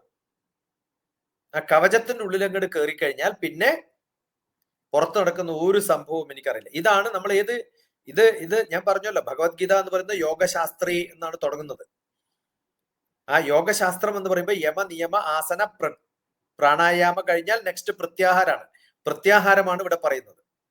ഒരു പുറത്തുള്ള സംഭവങ്ങളും ശ്രദ്ധിക്കാതെ ഇന്ദ്രിയങ്ങളെ പിൻവലിക്കാൻ സഹായിക്കുന്ന ആ ഒരവസ്ഥയിൽ നിൽക്കണം. ഏതുപോലെ? ആമയെ പോലെ. പ്രത്യാഹാരം എന്ന് പറഞ്ഞാൽ ആമയാണ്. പുറത്തുള്ള ഒരു ആഹാരവും ഞാൻ ഏറ്റെടുക്കാത്ത ഒരു അവസ്ഥയിനെയാണ് പ്രത്യാഹാരം. എൻ്റെ കണ്ണും ശ്രദ്ധിക്കില്ല, ചെവിയും ശ്രദ്ധിക്കില്ല, ഒരു ഇന്ദ്രിയങ്ങളും പുറത്ത് ശ്രദ്ധിക്കാതെ ഞാൻ ഉള്ളിലേക്ക് കയറുമ്പോ എവിടെ നമുക്ക് എത്താൻ സാധിക്കും? പ്രജ്ഞാ പ്രതിഷ്ഠിതം, തസ്യ പ്രജ്ഞാ പ്രതിഷ്ഠിതം. ഞാൻ ഡിവൈനിറ്റിയിലേക്ക്, എന്റെ പ്രൊട്ടക്ഷൻ ഷെൽ എന്ന് പറയുന്ന, എന്റെ ആത്മീയത എന്ന് പറയുന്ന ആ കൂട്ടിനകത്ത് എനിക്ക് ഡിവൈൻ ആയിട്ടുള്ള, ദൈവികമായിട്ടുള്ള ഒരവസ്ഥയിൽ എന്നെ പ്രതിഷ്ഠിക്കാൻ എനിക്ക് സാധിക്കും. എപ്പോ? എന്റെ ഇന്ദ്രിയങ്ങളെ പുറത്തു നിന്നും ഉള്ളിലേക്ക് വലിക്കുമ്പോൾ. അതുകൊണ്ടാണ് നമ്മുടെയൊക്കെ ക്ഷേത്രങ്ങളുടെ മുമ്പിൽ ആമ. അതുകൊണ്ടാണ് പാലാഴി മഥനം കഴിയുമ്പോൾ ആമ. ഇന്ദ്രിയങ്ങൾ പുറത്തുണ്ടോ, ബലം പോയി. ആമയുടെ കാലൊടിഞ്ഞു പോകും, തലയും ഒടിഞ്ഞു പോകും. അതിൻ്റെ ഉള്ളിൽ കയറി നിന്നാൽ ഒരു പ്രശ്നം ഉണ്ടാവില്ല. അതുപോലെ ഇന്ദ്രിയങ്ങളെ നിഗ്രഹിക്കാൻ കഴിയുന്ന ഒരവസ്ഥയിൽ ഉണ്ടാവുമ്പോഴേ നമുക്ക് മുന്നോട്ട് പോകാൻ പറ്റുള്ളൂ. വിത്ത്ഡ്രോ യുവർ സെൻസസ് എന്നാണ് കൃത്യമായിട്ട് ഭഗവാൻ പറയുന്നതാണ്. ലൈക്ക് എ ടോർട്ടോയ്സ്, ഒരു ആമയെ പോലെ ഉള്ളിലേക്ക് വലിയണം. അതാണ് ഇവിടെ പറഞ്ഞത്. കൂർമോ, കൂർമ്മത്തെ പോലെ. എങ്ങനെ? അംഗാനീവ സർവശഃ, എല്ലാ അംഗങ്ങളെയും ഉള്ളിലേക്ക് വലിയുന്നത് പോലെ ഇന്ദ്രിയാർത്ഥഭ്യ, ഇന്ദ്രിയങ്ങളെ ഓരോന്നോരോന്നായിട്ട് നമ്മൾ ഉള്ളിലേക്ക് വലിച്ച്, വേണ്ടാന്ന് വെച്ചാൽ ലിംബുകളാണ്, അതൊക്കെ നമ്മുടെ ആഗ്രഹങ്ങളുടെ അവയവങ്ങളാണ്. ആഗ്രഹങ്ങളുടെ അവയവങ്ങളൊക്കെ ഉള്ളിലേക്ക് വലിക്കുക. അപ്പൊ നമുക്ക് കിട്ടുന്നതാണ് തസ്യ പ്രജ്ഞാ പ്രതിഷ്ഠിത. എന്ത് രസകരമായ ഒരു ശ്ലോകമാണ്. അതെനിക്ക് ഇഷ്ടപ്പെട്ട ഒരു ശ്ലോകം, 58ാമത്തെ ശ്ലോകം. ഇത് പറയുമ്പോ ഒരു സംശയം കൂടെ ചോദിക്കാൻ തോന്നുകയാണ്. ക്ഷേത്രങ്ങളിലെ കൂർമ്മ പ്രതിഷ്ഠയുടെ ഒരു സിംബോളിക് ഉദാഹരണമാണ് അങ്ങ് പറഞ്ഞ. അതിലപ്പുറം എന്തെങ്കിലും നമുക്ക് അവിടെ ഒരു പ്രാധാന്യമുണ്ടോ? ക്ഷേത്രം എന്ന് പറയുന്നത് ശരീരത്തിന് തുല്യാണല്ലോ. ക്ഷേത്രം എന്ന് പറഞ്ഞാൽ മനുഷ്യ ശരീരവും, ആത്മാവെന്ന് പറയുന്നത് പ്രതിഷ്ഠയാണ്. അതുകൊണ്ടാണ് ക്ഷേത്ര എന്ന് പറയുന്ന സങ്കല്പത്തില് ഒരു ഭഗവാന്റെ ശരീരമായിട്ടോ നമ്മുടെ ശരീരമായിട്ടോ ഒക്കെ നമുക്ക് കാണാൻ പറ്റും. ആ ശുദ്ധതയോടുകൂടിയാണ് നമ്മൾ ശ്രദ്ധിക്കേണ്ടത്, ആത്മാവിന്റെ ശുദ്ധതയാണ്. അപ്പൊ അതിലേറ്റവും അത്യാവശ്യം നമ്മൾ ക്ഷേത്രത്തിലേക്ക് കടക്കുമ്പോൾ ആദ്യം വേണ്ടത്, ഈ ക്ഷേത്രത്തിൽ കുറേ വിഗ്രഹങ്ങളോ കൊത്തുപണികളോ ഒക്കെ കാണും. അതിലൊക്കെ നമ്മുടെ കണ്ണു പോവരുത്. അത് പോകാതിരിക്കാനാണ് അങ്ങനെ ഡിസ്പ്ലേ ചെയ്തിരിക്കുന്നത്. ഇതിന്റെ സങ്കല്പം മനസ്സിലായിട്ടില്ലെങ്കിൽ എന്ത് പറ്റുന്ന വെച്ചാൽ ആ വിഗ്രഹങ്ങളൊക്കെ നോക്കും. അത് ആർക്കിയോളജിക്കൽ സ്പെഷ്യാലിറ്റിയോ ആദ്യമായിട്ട് ക്ഷേത്രത്തിൽ പോകുമ്പോഴാണ്. ഡെയിലി ക്ഷേത്രത്തിൽ പോകുന്ന ആൾ അത് കാണില്ല. അത് കാണാത്ത ഒരാള് ഭക്തന്മാരെ ഏതവസ്ഥയിൽ കണ്ടാലും കാണില്ല. അതേ സമയത്ത് ഭഗവാനെ മാത്രം ശ്രദ്ധിക്കാൻ പറ്റുന്ന ഒരവസ്ഥയിലേക്ക് നമ്മൾ പോകുമ്പോഴാണ് നമ്മൾ ഉൾവലിയുന്നത്. ആ ഇന്ദ്രിയങ്ങളിൽ നിന്ന് നമ്മൾ ഉൾവലിയുന്ന സിംബോളിക് ആണ് കംപ്ലീറ്റ് സംഭവങ്ങൾ. അപ്പൊ അതാണ് നമ്മുടെ ദ്വിജപ്രതിഷ്ഠ എന്ന് പറയുന്നതും, അതാണ് നമ്മുടെ ഈ ക്ഷേത്രങ്ങളിലൊക്കെ ഉണ്ടാവുന്ന ആദ്യത്തെ കൊടിമരമില്ലേ, ആ കൊടിമരത്തിന്റെ താഴത്തും ഏത് കനമുള്ള സാധനവും ഈ ആമയുടെ മുകളിലാണ് വെച്ചിരിക്കുന്നത്. വേറെ എന്തൊക്കെ ഉണ്ടായിരുന്നു വെക്കാൻ? എന്തിനാ ആമയെ കൊണ്ടുവച്ചത്? അത് ഇന്ദ്രിയങ്ങളെ വേണമെങ്കിൽ ഉള്ളിലേക്ക് വലിക്കാൻ പറ്റുന്ന ഒരു അവസ്ഥയുള്ള ഒരു ജീവി ആമയാണ്. അതുകൊണ്ടാണ് മത്സ്യ കൂർമ്മ വരാഹ. ആ കൂർമ്മമാണ് അതിന്റെ ഏറ്റവും നല്ല അവസ്ഥ. അതുകൊണ്ട് ഒരു കഥയും നമ്മൾ കേൾക്കില്ലല്ലോ, കൂർമ്മത്തിന്റെ കഥകളൊന്നും അധികം കേൾക്കാറില്ല. ഒക്കെ ലോകം നടക്കുന്നത് പോലെ നടക്കട്ടെ എന്ന് പറഞ്ഞിട്ടാണ്. അത് എത്രയോ കാലം ഒളിഞ്ഞിരിക്കാൻ പറ്റും. അങ്ങനെ ഒളിഞ്ഞിരിക്കാൻ പറ്റുന്ന ഒരാളാണ് സന്യാസിയും ഋഷിയൊക്കെ ആവുന്നത്. എല്ലാ കാര്യങ്ങളിലും ഇടപെടുന്ന ആളല്ല. കുഴപ്പമില്ല, അങ്ങനെ നടന്നോട്ടെ നോക്കാൻ സാധിക്കണം നമുക്ക്. അതാണ് ഒരു റിമൈൻ അൺആൾട്ടേർഡ് എന്ന് പറയാറില്ലേ, അൺഅറ്റാച്ച്ഡ്, ഇഗ്നറന്റ് എന്ന് വേണമെങ്കിൽ പറയാം. ആ ഇഗ്നറൻസിൽ നിന്നാണ് ഒരു സേജ് പുറത്തേക്ക് വരിക. ആ ഇഗ്നറൻസിൽ നിന്നാണ് നമ്മൾ സാധാരണ പറയാറുള്ളത് സ്വയം ആത്മനിബന്ധനം സുഖം എന്നാണ്. സ്വയം ആത്മനിബന്ധനം സുഖം. എന്റെ ഉള്ളിലേക്ക് എന്നെ വലിക്കുമ്പോഴാണ് എന്റെ നോളജിന് പെർഫെക്ഷൻ കിട്ടുക. പെർഫെക്റ്റ് നോളജ് എപ്പോഴാണ് കിട്ടുക? ഞാൻ എന്നിലിട്ട് അതിനെ കടഞ്ഞെടുക്കണം. ഏതുപോലെ പശു എല്ലാം കഴിച്ചു കഴിഞ്ഞിട്ട് പിന്നെ അത് പുറത്തേക്ക് എടുത്തിട്ട് ഇങ്ങനെ ചർവണം ചെയ്യാന്ന് പറയുന്ന ഒരു അവസ്ഥയില്ലേ? അങ്ങനെ ചിന്തിക്കുമ്പോഴാണ് ഇപ്പൊ ഈ ചോദ്യം ചോദിച്ചുകൊണ്ട് ഞാൻ ചർവണം ചെയ്യാണ്. ആ ചർവണം ചെയ്യുമ്പോഴാണ് എന്റെ നോളജ് പെർഫെക്റ്റ് ആവുക. ആ പെർഫെക്റ്റ് ആവുമ്പോഴേ എനിക്ക് സ്ഥിതപ്രജ്ഞനാവാൻ സാധിക്കുള്ളൂ. അതുകൊണ്ടാണ് നേരത്തെ പറഞ്ഞപ്പോഴും അത് തന്നെയാ പറഞ്ഞത്. നാഭി നാ ദതി ന ദ്വേഷ്ടി തസ്യ പ്രജ്ഞാ പ്രതിഷ്ഠിതാണ്. അത് ഒരു ആളോടും വിരോധമോ ഡിജക്ഷനോ ദേഷ്യമോ ഒന്നും ഇല്ലാത്തൊരവസ്ഥയില് ഒരു സേജ് എങ്ങനെയാണോ നോളജിനെ പെർഫെക്റ്റ് ആക്കി എടുക്കുന്നത്, ആ പ്രജ്ഞ വാദാംശ ഭാഷത എന്നൊക്കെ പറഞ്ഞ ആ പ്രജ്ഞ എന്ന് പറഞ്ഞ വിസ്ഡമാണ്. ഒരു സേജിനുള്ള, ഒരു ഭഗവാനുള്ള, ഒരു ഋഷിക്കുള്ള ഒരു കഴിവിനെയാണ് പ്രജ്ഞ എന്ന് പറയാം. ആ പ്രജ്ഞയിലെത്തുമ്പോ നീ പ്രതിഷ്ഠിച്ച് അവിടെ നിൽക്കണം അർജുന എന്നാണ്. അത് അർജുനനല്ല, ഏത് കർമ്മം ചെയ്യുന്നവനും ആ അവസ്ഥയിൽ നിൽക്കുമ്പോഴേ നമുക്ക് ധൈര്യം ഉണ്ടാവും. ആ ധൈര്യം ഇല്ലാത്തതിന് കാരണം അതാണ്. പലപ്പോഴും വെള്ളത്തിൽ ചാടുമ്പോൾ എന്താ ധൈര്യം ഇല്ലാത്തത്? എനിക്ക് നീന്താൻ അറിയോ ഇല്ലയോ എന്ന് അറിയാത്തതുകൊണ്ടാണ്. ആ വെള്ളത്തിന്റെ ആഴം മനസ്സിലാക്കാത്തതുകൊണ്ടാണ്. ആഴം മനസ്സിലാക്കിയിട്ട് ചാടുന്നവന് അവിടെ നീന്താൻ അറിയുമെന്ന് ഉറപ്പുള്ളവനെ അവിടെ ചാടാവും. ഉറപ്പില്ലേ, മാറിപ്പോയിക്കോ, വേണ്ടാന്ന് വെച്ചാൽ പോരെ. അതും സ്ഥിതപ്രജ്ഞനാണ്. വേണ്ടാന്ന് വെക്കുന്നതും സ്ഥിതപ്രജ്ഞനാണ്, ചാടുന്നതും സ്ഥിതപ്രജ്ഞനാണ്. ചാടണോ വേണ്ടയോ എന്നൊന്ന് ആരെങ്കിലും ഒക്കെ തള്ളിയിട്ടാൽ ഞാൻ വേണമെങ്കിൽ നോക്കിക്കോളാം എന്ന് പറയുമ്പോഴാണ് ഈ പ്രശ്നം. ഞാൻ സാധാരണ പറയാം, try to take it, don't try to take it, don't try to come എന്ന് പറയാം. Try is a bad word എന്നാ ഞാൻ പറയാം. ഈ സ്ഥിതപ്രജ്ഞൻ അല്ലാത്ത ഒരാൾക്ക് പറയുന്നതാണ്. ഇപ്പൊ ഒരാൾ നമ്മളെ വിവാഹത്തിൽ ക്ഷണിക്കുകയാണ്, ഞാൻ വരാൻ ശ്രമിക്കാം, വരണ്ട എന്ന് പറയുന്നത്. ശ്രമം എന്നുള്ളത് തെറ്റായ വാക്കാണ്. ശ്രമം എന്ന് പറഞ്ഞാൽ എന്താ അർത്ഥം? ഞാനിത് എടുക്കാൻ ശ്രമിക്കാം. ഒന്നുകിൽ എടുക്കാം അല്ലെങ്കിൽ വെക്കാന്നല്ലാണ്ട് എടുക്കാൻ ശ്രമിക്കുന്നതിൽ എന്താ അർത്ഥം? ശ്രമിച്ച ഒരാളും കയ്യിൽ എടുത്തിട്ടില്ല ഇതുവരെ. ഇനി ഞാൻ ഹാൻഡിക്യാപ്ഡാന്ന് ഇരിക്കും, കഴിവില്ലാത്ത ഒരാളാന്ന് വിചാരിക്കും, സ്റ്റെയർ കേസ് കയറണം, ഞാൻ ഇതുവരെ എനിക്ക് കാല് പൊട്ടിക്കിടക്കാം. ശരി, അങ്ങനെയാണെങ്കിൽ ശ്രമം വേണം. അപ്പൊ എന്റെ കഴിവില്ലായ്മയാണ് ശ്രമം എന്നുള്ളതിനർത്ഥം. പറഞ്ഞു മനസ്സിലായില്ലേ? എന്റെ കാലിന് കുഴപ്പമൊന്നുമില്ലെങ്കിൽ ഞാൻ സ്റ്റെയർ കേസ് കയറാൻ ശ്രമിക്കാന്ന് പറയൂ. എനിക്ക് ഭക്ഷണം ഉണ്ടാക്കാൻ അറിയുന്ന ഒരാളാണ്, ഒരാൾ വരുന്നു, ഞാൻ ദോശ ഉണ്ടാക്കാൻ ശ്രമിക്കാം എന്ന് പറഞ്ഞ എന്താ അർത്ഥം? ഞാൻ ഇതുവരെ ഉണ്ടാക്കിയിട്ടില്ല, അല്ലെങ്കിൽ എനിക്ക് എന്തോ കുഴപ്പമുണ്ട്, അല്ലെങ്കിൽ മാവിന് കുഴപ്പമുണ്ട്. എന്തിനെങ്കിലും ഒരു കുഴപ്പമുണ്ടാകുമ്പോഴല്ലേ ശ്രമം വേണ്ടു. മാവ് ശരിയായിട്ടില്ല, ഞാൻ നോക്കട്ടെ പറ്റുമോന്ന്. ശരി, കറക്റ്റ്, ശ്രമമാണ് വേണ്ടത്. എനിക്ക് നടക്കാൻ പറ്റുന്നില്ല, ഞാൻ നോക്കട്ടെ നടക്കാൻ പറ്റുമോ, ശ്രമമാണ് വേണ്ടത്. അപ്പൊ ഏതോ ഒരു കഴിവ് കുറയുമ്പോഴാണ്, ഏതോ പോരായ്മ ഉള്ളപ്പോഴാണ്. ക്ഷേത്രങ്ങളിൽ പോരായ്മ ഉണ്ടാവാൻ പാടില്ല. നമ്മൾ ഏത് കർമ്മം ചെയ്യുമ്പോഴും പോരായ്മ ഇല്ലാതെ ഇരിക്കുന്നത് പോലെയാണ് ക്ഷേത്രത്തിലും. ഞാൻ പറഞ്ഞല്ലോ ഒരു പ്രാവശ്യം, ക്ഷേത്രത്തിൽ പോകുന്ന സമയത്ത് ഒരു കുഴപ്പവും പാടില്ല നമുക്ക്. കണ്ണ് വേണ്ടാത്തടുത്ത് പോകരുത്, വേണ്ടാത്തത് കേൾക്കരുത്, വേണ്ടാത്ത ആഗ്രഹങ്ങൾ പാടില്ല, അവിടെ ഇവിടെയും ടച്ച് ചെയ്യാൻ പാടില്ല. കൃത്യമായിട്ട് പോവുക, എന്തിനാണോ തൊഴേണ്ടത് അതിന് തൊഴുക, തിരിച്ചു വരിക. ഇന്ദ്രിയങ്ങളെയൊക്കെ നിർത്തുമ്പോഴാണ് നമുക്ക് എന്ത് പറ്റുക. അതുകൊണ്ടാണ് യമ നിയമ ആസന പ്രാണായാമ പ്രത്യാഹാര കഴിഞ്ഞിട്ട് ധാരണ, ഫോക്കസ്. അപ്പോഴേ ഭഗവാനിൽ ശ്രദ്ധിക്കാൻ പറ്റുള്ളൂ.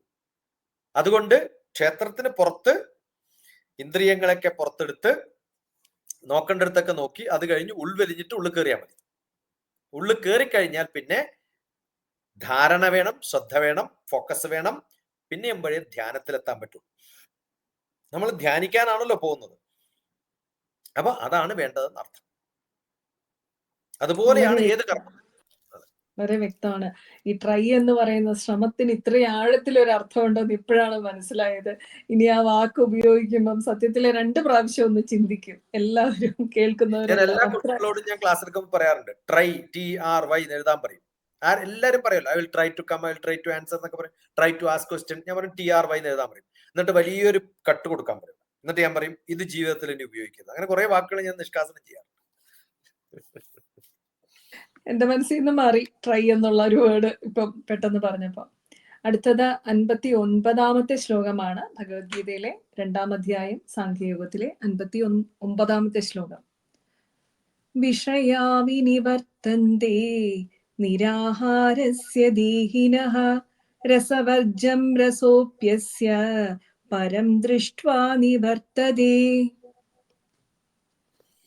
ബ്യൂട്ടിഫുൾ ശ്ലോകമാണ്. ഇത് തന്നെയാണ്. നിരാഹാരസ്യ ദേഹിനഃ. നിരാഹാരം എന്ന് പറയുന്നത് എന്താണ്?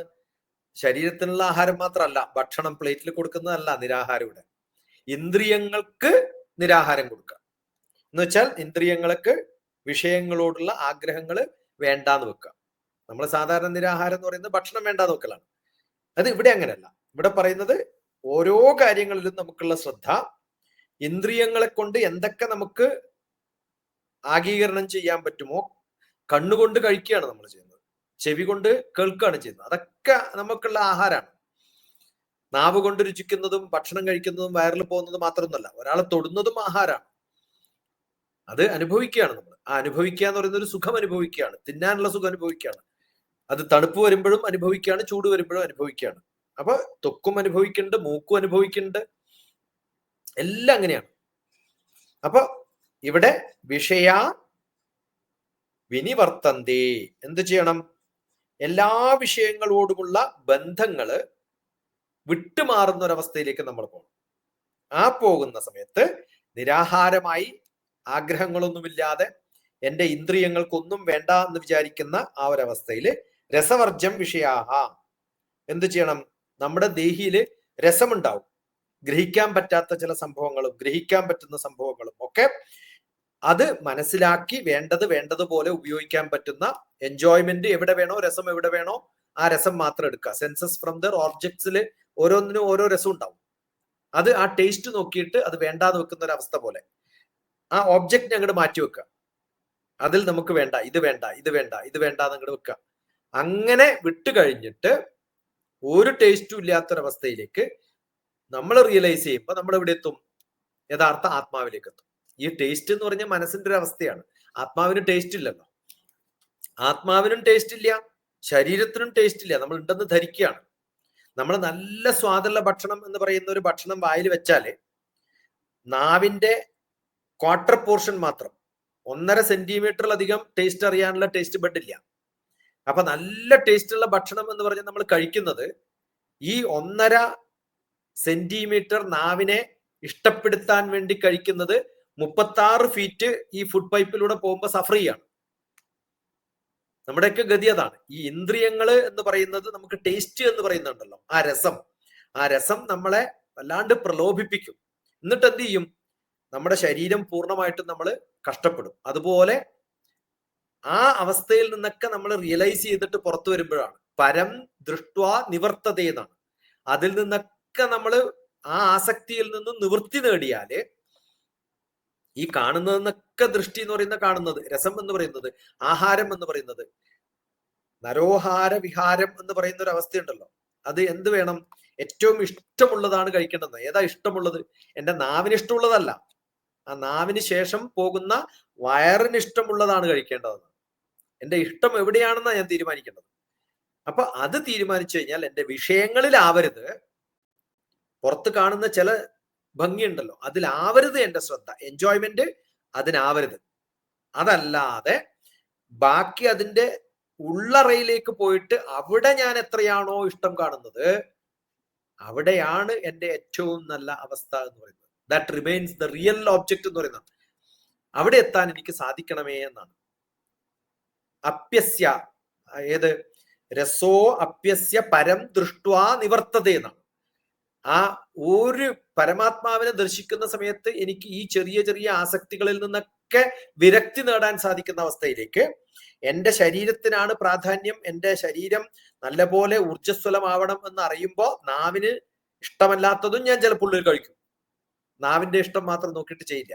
അതുപോലെ ഇന്ദ്രിയങ്ങൾക്ക് വിഷയം ആവാതെ, ഇന്ദ്രിയങ്ങൾക്ക് നമ്മൾ ഇഷ്ടപ്പെട്ടത് ചെയ്യാതെ അവിടെ നിന്ന് അകന്നു നിന്ന്, നമ്മുടെ ആസക്തിയിൽ നിന്ന് അകന്നു നിന്ന് ഏറ്റവും നല്ല അത്യാവശ്യമായ പരമാത്മാവിന്റെ ദർശനത്തിന് എന്താണോ ഞാൻ ചെയ്യേണ്ടത് അത് മാത്രം ചെയ്യുന്ന ഒരവസ്ഥയിലേക്ക് നീ പോകണം. അതുകൊണ്ട് അർജുന, നീ ഇവരെയൊക്കെ കൊല്ലുമ്പോൾ ഉണ്ടാവുന്ന സങ്കടമോ അവരുടെ ചെറിയ ചെറിയ ശ്രദ്ധയോ ഒന്നും വേണ്ട, വേവലാതിയൊന്നും വേണ്ട. അൾട്ടിമേറ്റ് എന്താണോ, നാവിനല്ല ശരീരത്തിനാണ് വേണ്ടതെന്ന് പറയുന്ന പോലെ ഈ കർമ്മത്തിനല്ല, അല്പം ചിലപ്പം ടേസ്റ്റ് ഇല്ലാത്തതൊക്കെ നമ്മൾ കഴിക്കേണ്ടി വരും. പക്ഷെ അത് ശരീരത്തിന് നല്ലതാണെങ്കിൽ അത് കഴിക്കുക. ഈ ചെയ്യുന്ന കർമ്മം ചിലപ്പോൾ അത്ര ഇഷ്ടമൊന്നും ഉണ്ടാവില്ല, നമുക്ക് സാരില്ല. പക്ഷെ അതിന്റെ അവസാനം കിട്ടാവുന്ന ഫലം നോക്കിയിട്ട് ചെയ്താൽ മതി എന്നാണ് പറയുന്നത്. അപ്പൊ കർമ്മത്തിനാണ് പ്രാധാന്യം, പക്ഷെ കർമ്മം ഈ ചെയ്യുന്ന കർമ്മത്തിനല്ല, അതിന്റെ അൾട്ടിമേറ്റ് ഗോളിനാണ് പ്രാധാന്യം എന്നർത്ഥം. കാരണം ധർമ്മത്തിന് വേണ്ടിയിട്ടാണ് ചെയ്യുന്നത്. ഈ ചെയ്യുന്നത് ചെറിയ മിസ്റ്റേക്ക് ഒക്കെ ആണെങ്കിൽ അതും ധർമ്മമാണ്. എന്ത് ധർമ്മം എന്നറിയോ? യുദ്ധധർമ്മമാണ്. എല്ലാത്തിനും ധർമ്മമുണ്ട്, നമുക്ക് പേരിട്ടുണ്ട്. ഇത് യുദ്ധധർമ്മമാണ്. ആ യുദ്ധധർമ്മം ചെയ്യുമ്പോൾ അത് എന്തിനു വേണ്ടിയിട്ടാവണം? ലോകധർമ്മത്തിന് വേണ്ടിയിട്ട് യുദ്ധധർമ്മം ധർമ്മമാണ്. അതാണ് യുദ്ധത്തിന്റെ ധർമ്മം. പിന്നെ യുദ്ധത്തിന്റെ ധർമ്മം എന്താണ്? ഒരു ക്ഷത്രിയന്റെ ധർമ്മം യുദ്ധം ചെയ്യാൻ വന്നാൽ ചെയ്യാന്നുള്ളതാണ്. ഒരു പോലീസിന്റെ ധർമ്മം എന്താണ്? ഇൻസ്പെക്ടർ, മുകളിലുള്ള ഒരു ഇൻസ്പെക്ടർ അടിക്കാൻ പറഞ്ഞാൽ അടിക്കുക, ചോദ്യം ചോദിക്കാൻ പറഞ്ഞ് ചോദ്യം ചോദിക്കുക, റിപ്പോർട്ട് എഴുതാൻ പറഞ്ഞാൽ റിപ്പോർട്ട് എഴുതുക. അഡ്വക്കേറ്റിന്റെ ജോലി എന്താണ്? കോടതി പോയിട്ട് കളവ് പറയുക. അതൊക്കെ ധർമ്മമാണ്. അവിടെ ഉണ്ടാകുന്ന ചെറിയ അസ്വാരസ്യങ്ങൾ കുഴപ്പമില്ല. അങ്ങനെ കുറേ വില്ലന്റെ വേഷം ചെയ്യുമ്പോഴാണ് ചിലപ്പോൾ നാളെ ഹീറോ ആവുക. അതുകൊണ്ട് നമ്മൾ ഇപ്പൊ ചെയ്യാനല്ല, ഒരു നാടകത്തിൽ അഭിനയിക്കുക, ഞാൻ ഹീറോ ആയിട്ടേ അഭിനയിക്കുള്ളൂ എന്ന് പറഞ്ഞാലോ അയാൾ ഒരിക്കലും ഹീറോ ആവില്ല. ആദ്യം ചിലപ്പോൾ ചെറിയ റോളൊക്കെ ചെയ്യേണ്ടി വരും. അതെങ്ങനെ ചെയ്യണം? ആത്മാർത്ഥമായിട്ട് ചെയ്യണം. അത് ആത്മാർത്ഥമായിട്ട് ചെയ്യുമ്പോഴേ സംവിധായകൻ കാണുള്ളൂ, ഇവൻ കൊള്ളാം, ഇവനെ നാളെ നടനാക്കാന്ന് തീരുമാനിക്കും. ഇപ്പൊ നടനല്ല, ഇപ്പം ചെറിയ ചെറിയ ചോട്ടാ വേഷമാണ്. അത് ഒരു എപ്പിയറൻസ് മാത്രമേ ഉണ്ടാവും. ആ എപ്പിയറൻസിൽ നല്ലത് ചെയ്തിട്ടില്ലെങ്കിലോ നാളെ ഇതിന്റെ ഫലം കിട്ടില്ല. അതുകൊണ്ട് തൽക്കാലം ഒരു ഒരു മുട്ടുശാന്തിക്കൊക്കെ ഉള്ളത് ചെറിയ പ്രശ്നങ്ങളൊന്നും ഇല്ലാണ്ടൊക്കെ ചെയ്ത് പോകാൻ പറ്റുകയാണെങ്കിൽ നാളെ ചീഫ് പ്രീസ്റ്റ് ആവാൻ പറ്റുമെന്നാണ് പറയുന്നത്. വളരെ മനോഹരമായ ഒരു വിവരണമായിരുന്നു അത്. കാരണം നമ്മൾ എന്ത് കർമ്മം ചെയ്താലും അതിൽ പൂർണ്ണമായിട്ടും ലയിച്ച് ചെയ്യുമ്പോൾ അത് ഈശ്വരാർപ്പണമായിട്ട് മാറുന്നു എന്നാണ്. ഇത് പറയുമ്പോൾ ഒരു ഇതുമായിട്ട് ബന്ധപ്പെട്ടതല്ലാത്ത ഒരു ചോദ്യം ചോദിക്കേണ്ടി വരികയാണ്. ചോരശാസ്ത്രം എന്നൊന്ന് ഉണ്ടല്ലോ നമ്മുടെ ധർമ്മങ്ങളില്. അവിടെ എനിക്ക് തോന്നുന്നു ഭഗവാനെ ശിവനെ പരമശിവനെ തസ്കരാണാം പതയെ നമ അങ്ങനെ ഒരു വിവരണം കൂടിയുണ്ട്. അപ്പം ഒരു കള്ളത്തരമാണ് ചെയ്യുന്നെങ്കിൽ പോലും നേരത്തെ TPSC പറഞ്ഞ പോലെ ഒരു വില്ലന്റെ റോളാണ് ചെയ്യുന്നെങ്കിൽ പോലും അത് പൂർണ്ണമായിട്ട് ചെയ്യുന്നവന് പോലും അവിടെ ഒരു ഈശ്വരന്റെ അനുഗ്രഹമോ അല്ലെങ്കിൽ എന്താണെന്ന് പറയാൻ അറിയില്ല, അങ്ങനെ ഒന്നുണ്ടോ? ഞാൻ 1984 പഠിപ്പിച്ച ഒരു പുസ്തകം ഏതാണെന്നറിയോ? സംസ്കൃത പുസ്തകമാണ്. മൃച്ഛകടികം എന്നാണ് അതിന്റെ പേര്. സംസ്കൃത നാടകം പോലെയാണ്. Mrichchhakatikam, the little the clay art എന്നാണ് അതിന്റെ ഇംഗ്ലീഷ്. ഞാനിപ്പോ നോക്കാണ്, നെറ്റിൽ നോക്കിയിട്ടാ പറയുന്നത്. കാരണം അത് നല്ലൊരു കഥയാണ്. ആ നല്ലൊരു കഥയില് ഒരു കള്ളൻ കക്കാൻ പോവാണ് ഒരു വീട്ടില്. ആ കള്ളൻ കക്കാൻ പോകുമ്പോഴും വളരെ ആർട്ടിസ്റ്റിക്കലായിട്ടും ഡെഡിക്കേറ്റഡും ഡിവോട്ടഡ് ഒക്കെ ആയിട്ടാണ് കക്ക. അപ്പൊ അയാൾ ആദ്യം ഇങ്ങനെ ഒരു ബ്രാഹ്മണനാണ്, ഇപ്പൊ പൂണൂലൊക്കെ ഉണ്ട്. എന്നിട്ട് അയാളിങ്ങനെ ആലോചിക്കുകയാണ്, ഈ വീട് തുറന്നിട്ട് വേണം പോവാൻ. ഡോറിലൊക്കെ ആകുമ്പോൾ ഒച്ച വരും. അപ്പൊ ഏത് ഭാഗത്ത് പോയാലാണ് ശബ്ദമില്ലാതെ ഒരു ഹോൾ ഉണ്ടാക്കിയിട്ട് അകത്ത് കടക്കാൻ പറ്റുമെന്ന്. അത് പണ്ട് കാലത്തൊക്കെ എൻ്റെ വീട്ടിലുണ്ടായിരുന്നു. ഞാനതൊക്കെ എൻ്റെ മനസ്സിൽ ഇങ്ങനെ കാണാൻ പറ്റിയത് കൊണ്ട് എനിക്കത് എക്സ്പ്ലെയിൻ ചെയ്യാൻ എളുപ്പം. ഉപ്പ് വെക്കുന്ന ഒരു കോർണർ ഉണ്ട്. പണ്ട് ഉപ്പ് കിലോ കണക്കിന് മേടിക്കല്ല, ചാക്ക മേടിക്കാം. ആ ചാക്ക് മേടിച്ചിട്ട് മൂലക്കിടും. സ്ഥിരമായിട്ട് ചാക്ക് ഉപ്പ് വെച്ചാൽ അവിടെയുള്ള വാള് വളരെ ജീർണിച്ചു പോകും. അപ്പൊ ആദ്യം കള്ളം തപ്പി കണ്ടുപിടിക്കുക എവിടെ ഹോൾ ഉണ്ടാക്കുമ്പോഴാണ് എളുപ്പം ഹോൾ ഉണ്ടാക്കാൻ പറ്റുക. അപ്പൊ ഉപ്പ് വെക്കുന്ന സ്ഥലത്ത് പോയിട്ട് ഉപ്പിന്റെ ആ സ്ഥലം ഉള്ളിലാണ് വെച്ചിട്ടുണ്ടെങ്കിലും പുറത്ത് അതിന്റെ ജീർണം കിട്ടും, അതിന്റെ സ്മെല്ലും ഒക്കെ കിട്ടും. അത് നോക്കിയിട്ട് അയാൾ ആലോചിക്കുകയാണ്, ഞാൻ സ്ക്വയർ ഉള്ള ഒരു ഹോൾ ഉണ്ടാക്കിയിട്ട് കിടക്കണോ അല്ല റൗണ്ട് ഉണ്ടാക്കണോ? കള്ളന്റെ ഒരു ആത്മാർത്ഥത നോക്കണം. അത് ചെയ്യുമ്പോഴും ആർട്ടിസ്റ്റിക് ആയിട്ടാണ് ചെയ്യുന്നത്. എന്നിട്ട് പൂണൂലെടുത്തിട്ട് വെച്ചിട്ട് ഒരു റൗണ്ട് വരയ്ക്കുന്നതൊക്കെയാണ് എന്റെ മനസ്സിൽ. അത് ആ കഥയിലുണ്ടോ എന്ന് എനിക്കറിയില്ല, പക്ഷെ ഞാൻ അങ്ങനെയാണ് ക്ലാസ് എടുക്കുമ്പോൾ പറഞ്ഞു കൊടുത്തത്. അത് കഥയിലുള്ളതാണെന്ന് എനിക്ക് ഓർമ്മയില്ല, പക്ഷെ ഞാൻ അങ്ങനെയാ പറഞ്ഞത്. ഞാൻ പറഞ്ഞത് അത് ചെയ്യുമ്പോഴും ആർട്ടിസ്റ്റിക് ആയിട്ട് ചെയ്യണം.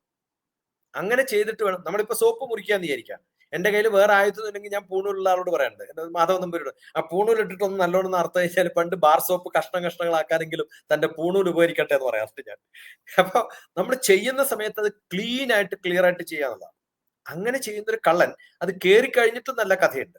അയാൾ മോഷ്ടിക്കുകയാണ്. മോഷ്ടിച്ചിട്ട് എന്തോ ഒരു ശബ്ദം പുറത്തു വെക്കുന്ന സമയത്ത് ഇത് ഒരാളെ ഏൽപ്പിക്കുകയാണ്. ഞാൻ ഒരാളെ ഏൽപ്പിക്കുന്ന സമയത്ത് ഇപ്പൊ ഞാൻ ഒരു സാധനം ലക്ഷ്മി ഏൽപ്പിക്കാന്ന് വിചാരിക്കും. ഏൽപ്പിക്കുന്ന സമയത്താണ് ലക്ഷ്മി താങ്ക്സ് പറഞ്ഞു എന്ന് വിചാരിക്കും. എന്റെ അർത്ഥം എന്താ? ഞാൻ ലക്ഷ്മിക്ക് ഗിഫ്റ്റ് ചെയ്തു എന്നാണ്. ഞാൻ മേടിക്കുമ്പോഴാണ് ഞാൻ പിന്നെ ലക്ഷ്മി ഞാനാ താങ്ക്സ് പറയേണ്ടത്. You keep it here, thank you for keeping it എന്ന് ഞാൻ അങ്ങോട്ട് ഏൽപ്പിക്കുകയാണ്. ലക്ഷ്മി താങ്ക്സ് എന്ന് പറഞ്ഞാലോ അത് ലക്ഷ്മിയുടേതായി എന്നാണ്. ഞാൻ ആലോചിച്ച് നോക്കാം, കൾച്ചർ, ഗ്രാമർ, ജോമെട്രി ഇതൊക്കെ ഉപയോഗിച്ചിട്ടാണ് പണ്ട് കള്ളന്മാരും കള്ളത്തരം ചെയ്തിരുന്നത്. അതൊരു ആർട്ടാണ്, അത് ഡെഡിക്കേഷനാണ്, ഡിവോഷനാണ്. ചിന്തിച്ചു നിന്നിട്ടൊക്കെ എങ്ങനെയായിരിക്കും. നമ്മൾ പഴയ നാടകങ്ങളൊക്കെ കാണണം, ചെറിയ സംഭവങ്ങൾ പോലും വളരെ എലാബറേറ്റ് ആയിട്ട് എക്സ്പ്ലെയിൻ ചെയ്തിട്ടാണ് നാടകങ്ങളിലൊക്കെ ചെയ്യുക. ഞാനൊക്കെ കുറെ നാടകം അഭിനയിക്കുകയും സംവിധാനം ചെയ്യുകയും കഥ എഴുതുകയൊക്കെ ചെയ്തിട്ടുണ്ട്. അപ്പൊ ഇതിങ്ങനെ നമ്മൾ സ്വാംശീകരിച്ചെടുക്കും. അത് ചെയ്യുന്ന സമയത്ത് നമുക്ക് കിട്ടുന്നൊരു സുഖം ഉണ്ടല്ലോ. ചെറിയ സംഭവങ്ങളെ എക്സ്പാൻഡ് ചെയ്തിട്ടാണ് നമ്മൾ ചെയ്യുക. അപ്പൊ അതിനും ഒരു ശാസ്ത്രമുണ്ട്, ചോരശാസ്ത്രം. അത് വലിയ കഴിവാണ്. ഒരു മോഷ്ടാവിനുണ്ട്, ഞാൻ പറഞ്ഞല്ലോ, ഒരു മോഷ്ടാവിന് ഏറ്റവും അത്യാവശ്യം ഏറ്റവും നന്നായിട്ട് ബ്രീത്തിങ് എക്സർസൈസ് ചെയ്യേണ്ട ഒരാൾ മോഷ്ടാവാണ്. എല്ലാരും മോഷ്ടാക്കളല്ലേ? ആരാ മോഷ്ടാവല്ലാത്ത? നമ്മളെല്ലാരും ഏത് നല്ല സ്മാർട്ടായിട്ട് കർമ്മം ചെയ്താലും നമ്മളവരെന്താ വിളിക്കുക? കള്ളൻ. ഗർഭപാത്രത്തിലിരുന്ന് കുട്ടി അമ്മയെ ചവിട്ടുമ്പോ അമ്മ മോനെ എന്താ വിളിക്കുക? മോനായാലും മോളായാലും കള്ളൻ, കള്ളി എന്ന്. ഇത് ഏതാണ് ലിംഗം എന്ന് അറിയില്ലെങ്കിലും കള്ളാന്നല്ലേ വിളിക്കുക, ആണോ അല്ലയോ? പ്രസവിച്ചു കഴിഞ്ഞിട്ട് മുല കുടിക്കുന്ന സമയത്ത് ചെറിയ പല്ലുണ്ടാവുന്ന സമയത്ത് അമ്മയുടെ മുല കടിക്കുമ്പോ എന്താ അമ്മ വിളിക്കുക? മോനെ കള്ളൻ എന്ന് വിളിക്കോ ഇല്ലയോ? അത് കഴിഞ്ഞ് പതുക്കെ നടക്കാൻ തുടങ്ങിയോ, മുട്ടഴിഞ്ഞ് തുടങ്ങുമോ, ആദ്യം സ്റ്റെപ്പ് എടുക്കുമ്പോ കള്ളൻ എന്നല്ലേ വിളിക്കുക, ആണോ അല്ലയോ? അത് കഴിഞ്ഞിട്ട് നല്ല പോലെ പരീക്ഷയിൽ മാർക്ക് മേടിച്ചിട്ട് മകള് വരുമ്പോ അമ്മ എന്താ വിളിക്കുക? കള്ളൻ, കള്ളി എന്നല്ലേ വിളിക്കുക. ഇതൊക്കെ ആർട്ടാണ്, കള്ളനാണത്. നമ്മളിങ്ങനെ കട്ടെടുക്കുകയാണ് നോളജ്. കളവ് എന്ന് പറയുന്നത് it is not theft alone. ഇംഗ്ലീഷിലെ തെഫ്റ്റ് അല്ല എന്ന് മനസ്സിലാക്കണം. അത് എന്നും പറയാം ഞാൻ. എന്റെ കഥ എനിക്ക് നല്ല രസമുണ്ട്. കാരണം വെച്ചാല് ഒരു ജഡ്ജ് വിജയകുമാർ എന്ന് പറഞ്ഞിട്ട് ഒരാൾ മുൻസിഫ് കോടതിയിൽ ജഡ്ജായിരുന്നു. അയാൾ പയ്യന്നൂരുള്ളപ്പോ അയാളുടെ ഒരു കവിതയാണ് കള്ളൻ. കുറേ കാലങ്ങൾ കഴിഞ്ഞ് അദ്ദേഹം ഹ്യൂമൻ റൈറ്റ്സ് കമ്മീഷന്റെ ചെയർമാനായിട്ട് ഞാനും അദ്ദേഹം ഒരു ക്ലാസ് എടുക്കാൻ വേണ്ടിയിട്ട് കൂടെ ഇരിക്കുമ്പോഴാണ് ഞാൻ ഈ ജഡ്ജിനെ നോക്കിയിട്ട്, നിങ്ങൾ കള്ളൻ വിജയനല്ലേ ചോദിക്കും. ആരോടാ ചോദിക്കണേ? ജഡ്ജിനോടാ ചോദിക്കണേ, ജസ്റ്റിസിനോടാ ചോദിക്കണത്. ഞാൻ കള്ളൻ വിജയനല്ല. അയാൾ തന്നെ അത്ഭുതപ്പെട്ടു പോയി. അയാൾ പറഞ്ഞു, എടാ ഇതെന്താ എന്നെ അങ്ങനെ വിളിക്കണമെന്ന് വെച്ചു. മുമ്പ് നിങ്ങൾ പയ്യന്നൂർ ഉണ്ടായിരുന്നു ചോദിച്ചു. വിജയൻ, ആ വിജയൻ തന്നെയാണോ? ആണെന്ന്. അന്നൊരു കള്ളൻ കൊണ്ട് കവിത ചെയ്തിട്ടുണ്ട്. ഞാൻ തന്നെ മറന്ന കവിത എങ്ങനെയാ ഇയാൾ ഓർക്കണമെന്ന് ചോദിച്ചു. ഞാൻ പറഞ്ഞു, എനിക്ക് മറക്കാൻ പറ്റില്ല ആ കവിത, അത്രയും നല്ല രസകരമായ കവിതയാണ്. എന്നിട്ട് അത് കഴിഞ്ഞിട്ട് അവസാനം പ്രേമിക്കുന്ന രണ്ടാണും പെണ്ണും അടുത്ത് നിൽക്കുന്ന സമയത്ത് അന്യോന്യം വിളിക്കുന്നത് കള്ളൻ എന്നാണ്. മാരേജ് കഴിഞ്ഞ ദിവസവും കള്ളൻ എന്ന് വിളിച്ചു. ഭർത്താവ് ഭാര്യയെയും, ഭാര്യ ഭർത്താവിനെയും വിളിച്ചു.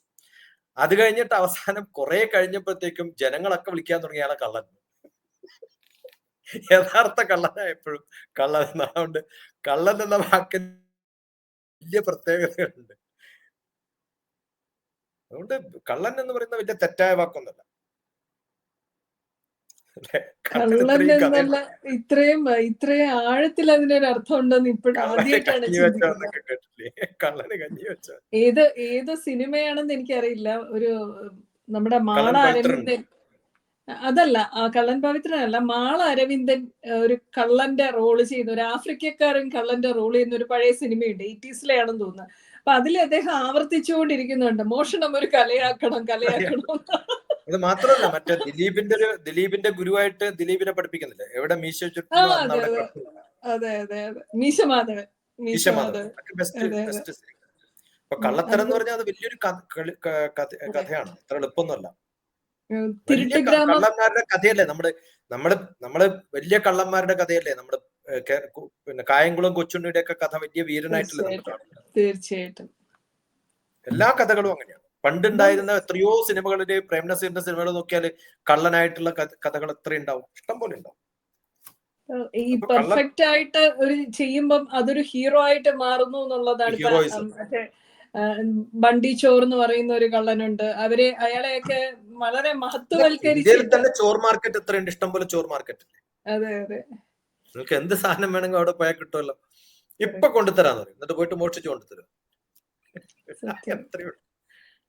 വളരെ മനോഹരമായിട്ടുള്ള ഒരു വിവരണമായിരുന്നു. അടുത്ത ശ്ലോകം 61-ാമത്തെ ശ്ലോകമാണ്. ഭഗവത്ഗീത 2-ാം അധ്യായം സാഖ്യയോഗത്തിലെ 61-ാമത്തെ ശ്ലോകം. താനി സർവാണി സംയമ്യ യുക്ത ആസീദ മത്പരഃ വശേ ഹി യസ്യേന്ദ്രിയാണി തസ്യ പ്രജ്ഞാ പ്രതിഷ്ഠിത. ഈ ശ്ലോകം വായിക്കുമ്പോൾ പലരും ശ്രദ്ധിക്കാത്ത എനിക്ക് ഉറപ്പാണ്. ഇനി ശ്രദ്ധിച്ചോളുന്നത്. ഇതോടുകൂടി തീർന്നു കേട്ടോ, തസ്യ പ്രജ്ഞാ പ്രതിഷ്ഠിത. അതുകൊണ്ട് അതിപ്പോ പറഞ്ഞത് ഒരു 3-4 ശ്ലോകം അങ്ങനെ പഠിച്ചു കഴിഞ്ഞാൽ നമുക്ക് ഓർമ്മ വരും. 60 വരെ 61 വരെയൊക്കെ പ്രതിഷ്ഠിതയാണ് സംഭവം. എങ്ങനെ കൺട്രോൾ ചെയ്യണം, എങ്ങനെ ഇന്ദ്രിയങ്ങളെ കൺട്രോൾ ചെയ്യണം. ഇവിടെയോ താനി സർവാണി സംയമ്യ, എല്ലാം അടക്കണം എന്നാണ്. അടക്കി പിടിച്ചോളാൻ പറഞ്ഞു. എല്ലാ ഇന്ദ്രിയങ്ങളെയും അടക്കി പിടിക്കാൻ നമുക്ക് സാധിക്കും എപ്പോഴാണെന്നറിയോ? വലിയ കർമ്മങ്ങൾ ചെയ്യുമ്പോൾ. നമ്മുടെ ഒരു പ്രശ്നങ്ങളും നമുക്കറിയില്ല. തലവേദന ഉണ്ടാവില്ല, വയറുവേദന ഉണ്ടാവില്ല. നിങ്ങളൊരു വലിയ കാര്യങ്ങൾക്ക് വേണ്ടിയിട്ട് മുന്നിട്ട് നിന്നിട്ട് ഒരു കർമ്മം ചെയ്യുന്ന സമയത്ത് ഈ പ്രശ്നങ്ങളൊന്നും ഉണ്ടാവില്ല. സാധാരണ വീട്ടിലിരിക്കുമ്പോഴാണ് പല പ്രശ്നങ്ങളും ഉണ്ടാവും. അപ്പൊ കർമ്മങ്ങൾ ചെയ്യുമ്പോൾ താനി സർവാണി സംയമ്യ, എല്ലാം അടക്കി വെക്കാൻ നമുക്ക് സാധിക്കും. അത് തന്നാലെ നടന്നോളും. അതിനെപ്പറ്റി വലിയ ബുദ്ധിമുട്ടൊന്നും ഇല്ലാണ്ട് നടന്നോളും. പണിയില്ലാണ്ടിരിക്കുമ്പോഴാണ് പ്രശ്നങ്ങൾ ഉണ്ടാവും. പലരും അസുഖം പറയുമ്പോൾ ഞാൻ പറയും വേറെ പണിയൊന്നും ഇല്ലാത്തതുകൊണ്ടാണ്. യുക്ത മത്പര അസീത. ഏത് യോഗ, ഇവിടെ യുക്തൻ എന്ന് പറഞ്ഞാൽ യോഗയുക്തനാണ്. ഏതൊരാളാണോ ആ അവസ്ഥയിലേക്ക് യോഗയുക്തനായിരിക്കുന്നത്, അവന്റെ മനസ്സ് എന്തു ചെയ്യും? മത്പരഹ അസീത, അവന്റെ ഉള്ളിലേക്ക് ഏകാഗ്രമായിട്ട്, ഞാൻ പറഞ്ഞല്ലോ സ്വയം ആത്മനിബന്ധനം സുഖം എന്നുള്ള അവസ്ഥയിലേക്ക് യോഗയുക്തനായിട്ടിരിക്കാൻ സാധിക്കും. ഹി യസ്യ ഇന്ദ്രിയാണി വശേ. എന്താ കാരണം? അയാൾക്ക് ഇന്ദ്രിയങ്ങള് വശംവദനായിട്ട് അതാണ് പ്രാധാന്യം എന്നുള്ള നിലയില് ഒരിക്കലും വർത്തിക്കേണ്ടി വരില്ല. മനസ്സല്ല പ്രാധാന്യം, അതിനൊരു കടിഞ്ഞാൺ വേണം എന്ന് പറയാറില്ലേ? അങ്ങനെ താളം തെറ്റി നടക്കുന്ന മനസ്സല്ലാതെ സംയമനത്തോടു കൂടി ഇരിക്കാൻ സാധിക്കുന്ന ഒരുത്തന് തസ്യ പ്രജ്ഞ പ്രതിഷ്ഠിത, അവന്റെ ബുദ്ധി ഉറച്ചതാവും, അവൻ ആത്മീയമായി ഉയരും, കാര്യങ്ങൾക്കൊക്കെ ഒരു ഗൗരവം ഉണ്ടാവും, വേണോ വേണ്ടോ എന്നുള്ള സംശയമൊന്നും ഉണ്ടാവില്ല. അപ്പൊ അർജുനൻ തുടങ്ങിയത് ആലോചിച്ച് നോക്കണം. എനിക്ക് എന്താണ് ചെയ്യാൻ വേണ്ടത് എന്നറിയാതെ ബുദ്ധിമുട്ടുന്ന അവസ്ഥയിലേക്ക്. അപ്പൊ ഇതിന്റെയൊക്കെ ഉത്തരം എവിടെയാന്ന് ചോദിച്ചാൽ ഒറ്റ ശ്ലോകമാണ്, 7ാമത്തെ ശ്ലോകം. കർപ്പണ്യദോഷോപഹത സ്വഭാവ പൃച്ഛാമി ത്വം ധർമ്മസമ്മൂഢചേത യത് ശ്രേയ സ്യാൻ നിശ്ചിതം ബ്രൂഹി തന്മേ. നിശ്ചയിച്ചുറപ്പിച്ചിട്ട് പറയണമെന്നാ പറഞ്ഞത്. അത് പിന്നെ ഉറപ്പിക്കാണ്ട് വിടുവോ? അതുകൊണ്ടാണ് ഇടക്കിടക്കെ ഉറപ്പിച്ചുകൊണ്ടിരിക്കുന്നത്. ശിഷ്യസ്തേഹം ശാതിമാം ത്വം പ്രപന്നം. ഞാൻ അങ്ങയിൽ അടിയുറച്ച് വിശ്വസിക്കുകയാണ്, അങ്ങയുടെ കാലിൽ വീഴാണ്. എനിക്ക് ഏതാണ് ശ്രേയസ് ഉള്ളത് എന്ന് നിശ്ചയിച്ചുറപ്പിച്ച് പറയണം എന്നുള്ള ഒരൊറ്റൊരു 7ാമത്തെ ഗ്യാരണ്ടി.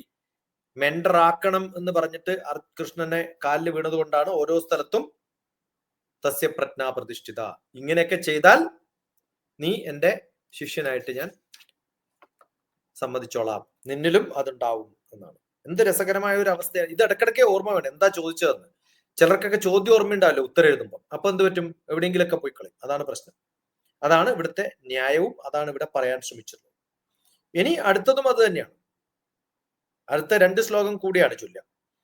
എങ്ങനെയാണ് ക്രോധവും ഈ കൺഫ്യൂഷനും ഭീരുവായിട്ടുള്ള ഒരു അവസ്ഥയിൽ നിന്ന്, ഭീരു സ്നേഹം എന്നൊക്കെ പറയുന്നതൊക്കെ നമ്മൾ എന്തിനോട് സ്നേഹിക്കുന്നു എന്നുള്ളതാണ്. അത് കൃത്യമായിട്ട് തിരിച്ചറിവുണ്ടായി കഴിഞ്ഞാൽ നമുക്ക് എന്ത് ചെയ്യാൻ പറ്റും എന്നുള്ള ഒരു അവസ്ഥയിലേക്ക്, ഒരു ആത്മീയതയിലേക്ക് നമുക്ക് ഉയർന്നു പോകാൻ സാധിക്കുമെങ്കിൽ അതിന് പറ്റുന്ന ശ്ലോകങ്ങളാണ് 62ഉം 63. ഇത് തന്നെയാണ് 18ാമത്തെ അധ്യായത്തിൽ 72ാമത്തെ ശ്ലോകം എന്ന് പറയുന്നത്. വളരെ വ്യക്തമായിട്ട് സംഭവങ്ങൾ പറഞ്ഞു തീരാണ്. അപ്പൊ ഈ ഏകദേശം 2ാമത്തെ അധ്യായത്തിന്റെ ശ്ലോകം തീരാറാവുമ്പോഴത്തേക്കും കണക്ഷൻ 18ാമത്തെ അധ്യായത്തിൽ ലാസ്റ്റ് ആവുന്നിടത്തേക്ക് കണക്ട് ചെയ്യും. അങ്ങനെയാണ് അതിന്റെ വയറിങ്. ആ വയറിങ് കൃത്യമായിട്ട് അറിഞ്ഞില്ലെങ്കിൽ ന്യൂട്രും ഫേസും ഒക്കെ ഷോർട്ട് അടിച്ചു പോകും. അതുകൊണ്ടാണ് ഈ ഓർമ്മ വെക്കാത്തത്, കത്തിപ്പോകുന്നത് അതുകൊണ്ട്. അപ്പൊ ഇത് കൃത്യമായിട്ട് വേണമെങ്കിൽ 72ാമത്തെ ശ്ലോകത്തിലേക്ക് എത്താൻ സാധിക്കണം. അവിടത്തേക്ക് എത്താനുള്ള എൻ്റെ ഒരു കുളത്തിട്ട് വെച്ചിരിക്കുകയാണ് 62ഉം 63 ശ്ലോകം. എല്ലായിടത്തും പ്രജ്ഞ പ്രതിഷ്ഠിതമാക്കി വെക്കുക എന്നുള്ളത് തന്നെയാണ് അല്ലെ? ബുദ്ധി നമ്മൾ ഒരു ഫോക്കസ്ഡ് ആയിട്ടിരിക്കുക മനസ്സിനെ ഏകാഗ്രമാക്കുക, അതാണ് ഉദ്ദേശം. തീർച്ചയായിട്ടും. അടുത്തത് ഭഗവത്ഗീത 2ാം അധ്യായം സാഖ്യയോഗത്തിലെ 62ാമത്തെ ശ്ലോകമാണ്. ഒരുമിച്ച് വായിക്കാം. 62, 63. ധ്യായതോ വിഷയാൻ പുംസാ സംഗസ്തേഷുപജായതേ സംഘാത് സഞ്ജായതേ കാമാത് ക്രോധാഭിജായതേ. 63ാമത്തെ ശ്ലോകം. ക്രോധാത് ഭവതി സമ്മോഹാത് സ്മൃതി വിഭ്രമഃ സ്മൃതിഭ്രംശാത് ബുദ്ധിനാശാത് പ്രണശ്യതി. അവിടെ നിർത്താൻ പറ്റില്ല 62-ല്, കാരണം അതിന്റെ കണ്ടിന്യൂഷൻ ആണ്. അതുകൊണ്ടാണ് ഞാൻ പറഞ്ഞത്. അപ്പൊ ഇതില് നമുക്ക് സാധാരണ പറ്റുന്നത്, എപ്പോഴാ ബുദ്ധി നശിക്കുന്നത്, എന്താ ചെയ്യേണ്ടത് എന്നുള്ളൊരു കാർപ്പണ്യദോഷം വന്നുവല്ലോ. അതിന് കാരണം എന്താണ്? നിന്റെ ബുദ്ധി നശിക്കാൻ എന്താ കാരണം? എനിക്ക് സ്മൃതിഭ്രംശം ഉണ്ടാവാൻ എന്താ കാരണം? ബുദ്ധി നശിക്കാൻ എന്താ കാരണം? കൺഫ്യൂഷൻ ഉണ്ടാവാൻ എന്താ കാരണം? നിനക്ക് സംഘാത് സംജായതേ കാമഹ. സാധാരണ കാമല്ല, ആഗ്രഹങ്ങൾ. എന്തിന്റെ ആഗ്രഹങ്ങളാണ്? ആഗ്രഹങ്ങൾ തന്നെ ബന്ധനസ്ഥനായിരിക്കുന്നു. സംഘം നല്ലതാണ്, പക്ഷെ ആ സംഘത്തിൽ നിന്ന് വിട്ടുപോകാൻ പറ്റാത്തൊരവസ്ഥ. ചിന്താവിഷ്ടയായ ശ്യാമളയില് ശ്രീനിവാസിനെ പറ്റിയ അബദ്ധമാണ്. വീട് വിട്ട് പോകണമെന്നുണ്ട്, പക്ഷെ ആശ്രമത്തിൽ എത്തുമ്പോൾ വീട്ടിനെ കുറിച്ച് ആലോചിക്കണം. കാരണം സംഘം ത്യുക്ത്വാ ധനഞ്ജയ എന്ന് പറയുന്ന ഒരു അവസ്ഥയിലേക്ക് എത്തിയിട്ടില്ല. അപ്പൊ വീട്ടിനെയും കൊണ്ടുപോയി എവിടെ? ആശ്രമത്തിലേക്ക്. അപ്പോഴാണ് പറയുന്നത് എനിക്ക് വീട്ടിലാണ് ശ്രദ്ധയില്ലെങ്കിൽ അങ്ങോട്ട് പോയാൽ പോരെ. അതാണ് അവസ്ഥ. ഇനി ശബരിമലയിൽ പോയി കഴിഞ്ഞാൽ ശബരിമലയിലെ സ്വഭാവം അത് കഴിഞ്ഞ് തിരിച്ചു വന്നാൽ വീട്ടിൽ നിന്ന് അത് ഉപേക്ഷിച്ച് വീട്ടിലേക്ക് എത്താൻ പറ്റണം. അല്ലെങ്കിൽ പിന്നെ അവിടെ താമസിച്ചാൽ പറ്റും. പിന്നെ വീട്ടിൽ വരുന്നത് അപ്പൊ എവിടെയും ഒരു ഒരു അവസ്ഥയില്ലാത്ത ഒരു അവസ്ഥ എന്ന് പറയില്ലേ, ആ അവസ്ഥയിലേക്ക് എത്തുകയാണ്. സംഘാത് സംജായതേ കാമഹ. ആഗ്രഹങ്ങൾ അധികമായാലും ബുദ്ധിമുട്ടാണ്. ക്ഷേത്രങ്ങളെ കുറിച്ചൊക്കെ ധാരണ വേണം. പക്ഷെ വീട്ടിലിരിക്കുമ്പോഴും ഒരു പണിയും ചെയ്യാണ്ട് ക്ഷേത്രം തന്നെ വിചാരിച്ചുകൊണ്ടിരുന്ന പരീക്ഷ പാസ്സാവും. ഭഗവാനെ ഭഗവാനെ ഭഗവാനെ ഭഗവാനെ എന്ന് മാത്രം വിചാരിച്ചാൽ മതി, പാസ്സാവില്ല. പണിയെടുക്കണം, പഠിക്കാനുള്ളത് പഠിക്കണം. അതിനിടയിൽ കുറച്ചൊരു ഒരു ഒരു സ്കെൽട്ടണ്, ഒരു ചെറിയൊരു നമ്മുടെ ഒരു പൂവിന്റെ ചിത്രം വരക്കാൻ പറഞ്ഞ പൂ മാത്രമല്ലല്ലോ വരക്കുക, അതിനിടയിൽ കുറച്ച് ഇലയും സ്റ്റെമ്മും പൂച്ചട്ടിയൊക്കെ വരക്കില്ലേ, അതുപോലെയാവണം ജീവിതം. അതിന് പ്രൊഡക്ഷൻ ഉണ്ടാവണം. ആ പൂവാണ് എന്റെ ലക്ഷ്യം. ഇനി പൂവില്ലാതെ കുറെ ഇലയും പിന്നെ സ്റ്റെമ്മും തണ്ടും മാത്രം വരച്ചു വെച്ചാൽ അതിന് ഭംഗി ഉണ്ടാവില്ലല്ലോ. അപ്പോൾ ആ കർമ്മമാണ് പ്രാധാന്യം. അതുണ്ടാക്കാൻ വേണ്ടി, അതിനെ നിലനിർത്താൻ വേണ്ടിയിട്ടുള്ള ബാക്കി ആഗ്രഹങ്ങളൊക്കെ നമുക്ക് ഉണ്ടാവാം. പക്ഷെ എന്താണോ നമ്മുടെ ശ്രദ്ധ, ഫോക്കസ്, ആ ഫോക്കസ് എന്തിലാണോ അതിൽ ശ്രദ്ധിക്കണം. അതില്ല. ധ്യായതേ വിഷയാൻ പുംസ. നിന്റെ കാര്യം എന്താണ്? മറ്റ് പല കാര്യങ്ങളിലൊക്കെയാണ് നിന്റെ ചിന്ത. ഏത് വിഷയത്തിലാണോ ചിന്തിക്കേണ്ടത് ആ വിഷയത്തെക്കുറിച്ച് ചിന്തിക്കാനുള്ളൊരു അവസ്ഥ ഉണ്ടാവണം. ആ വിഷയത്തെക്കുറിച്ച് മാത്രമേ ചിന്തിക്കാവൂ.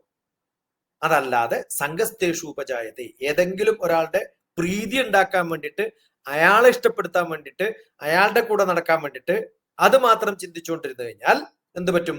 സംഘാത്, അത് കാമമായിട്ട് മാറും. അത് കാര്യങ്ങൾക്കുള്ള ഗുണം ഉണ്ടാവില്ല എന്നർത്ഥം. അതുകൊണ്ട് സംഘാത് സംജായതേ കാമ, അതിൽ നിന്ന് ഒരു വളരാൻ ഒരു മമത ഉണ്ടായി വിട്ടുപോകാൻ പറ്റാത്ത പലർക്കും ഏത് സംഭവങ്ങളുടെയും തോൽവി, പരാജയം എവിടെയാണെന്ന് നോക്കിയാൽ ഈ ഒറ്റ കാരണം നമുക്ക് കാണാൻ പറ്റും. എവിടെയോ അയാൾക്ക് ആവശ്യമില്ലാത്തൊരു മമത ഉണ്ടായിട്ടുണ്ടാവും. അതുകൊണ്ട് നമ്മൾ ഇഗ്നോറന്റ് ആവും. ആ ഇഗ്നോറന്റ് ആവുമ്പോൾ മനുഷ്യൻ എന്തായാലും താഴെ വീഴും. ഡിസയർ ആണ് ആങ്കറിനെ ഉണ്ടാക്കുന്നത്.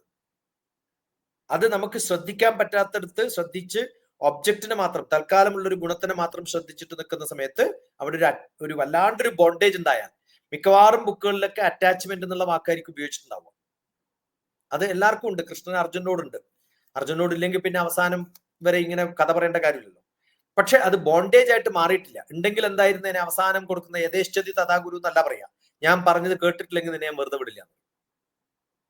നമ്മുടെയൊക്കെ കുഴപ്പതാണ്, ഞാൻ പറഞ്ഞത് കേട്ടിട്ടില്ലെങ്കിൽ ഞാൻ നിന്നെ വെറുതെ വിടില്ല എന്ന് പറയും. ആ അവസ്ഥയിലേക്ക് പോകുമ്പോഴാണ് സംഘാത് സംജായതേ കാമ, അത് ഡിസയർ ആയിട്ട് മാറുന്നു.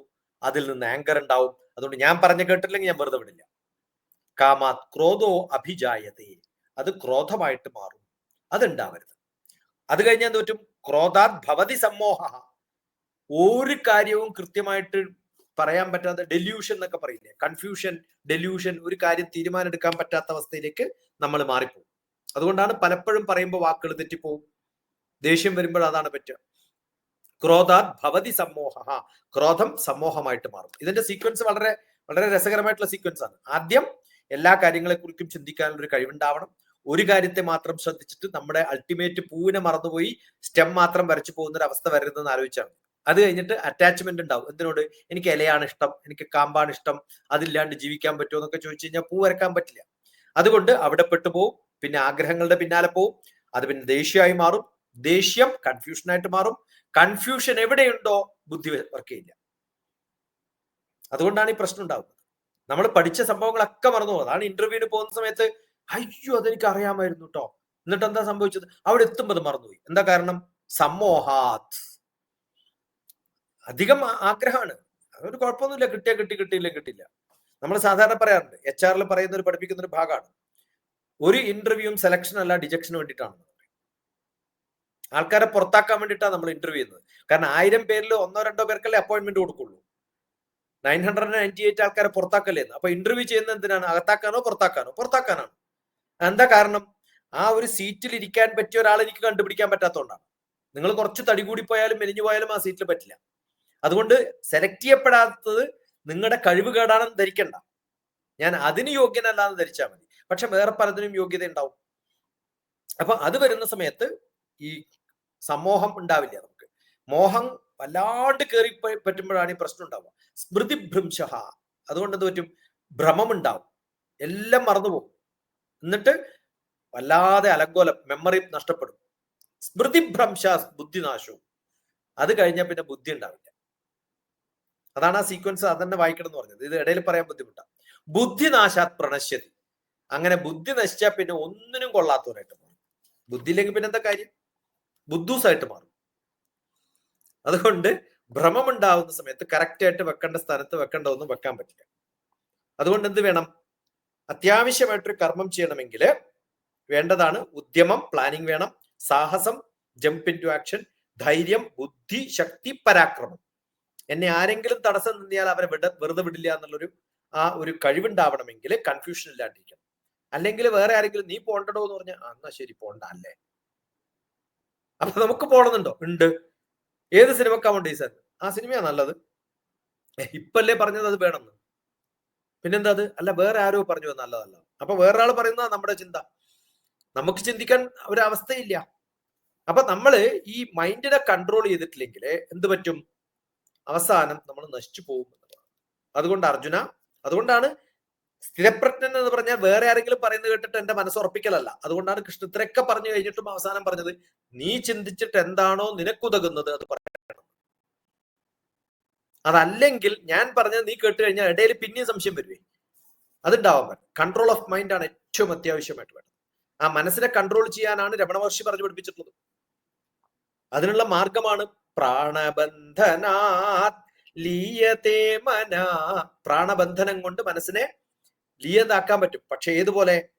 ജാലപക്ഷിവ ദീനരോധനം. കൂട്ടിലിട്ട പക്ഷിയെ പോലെയാണ്.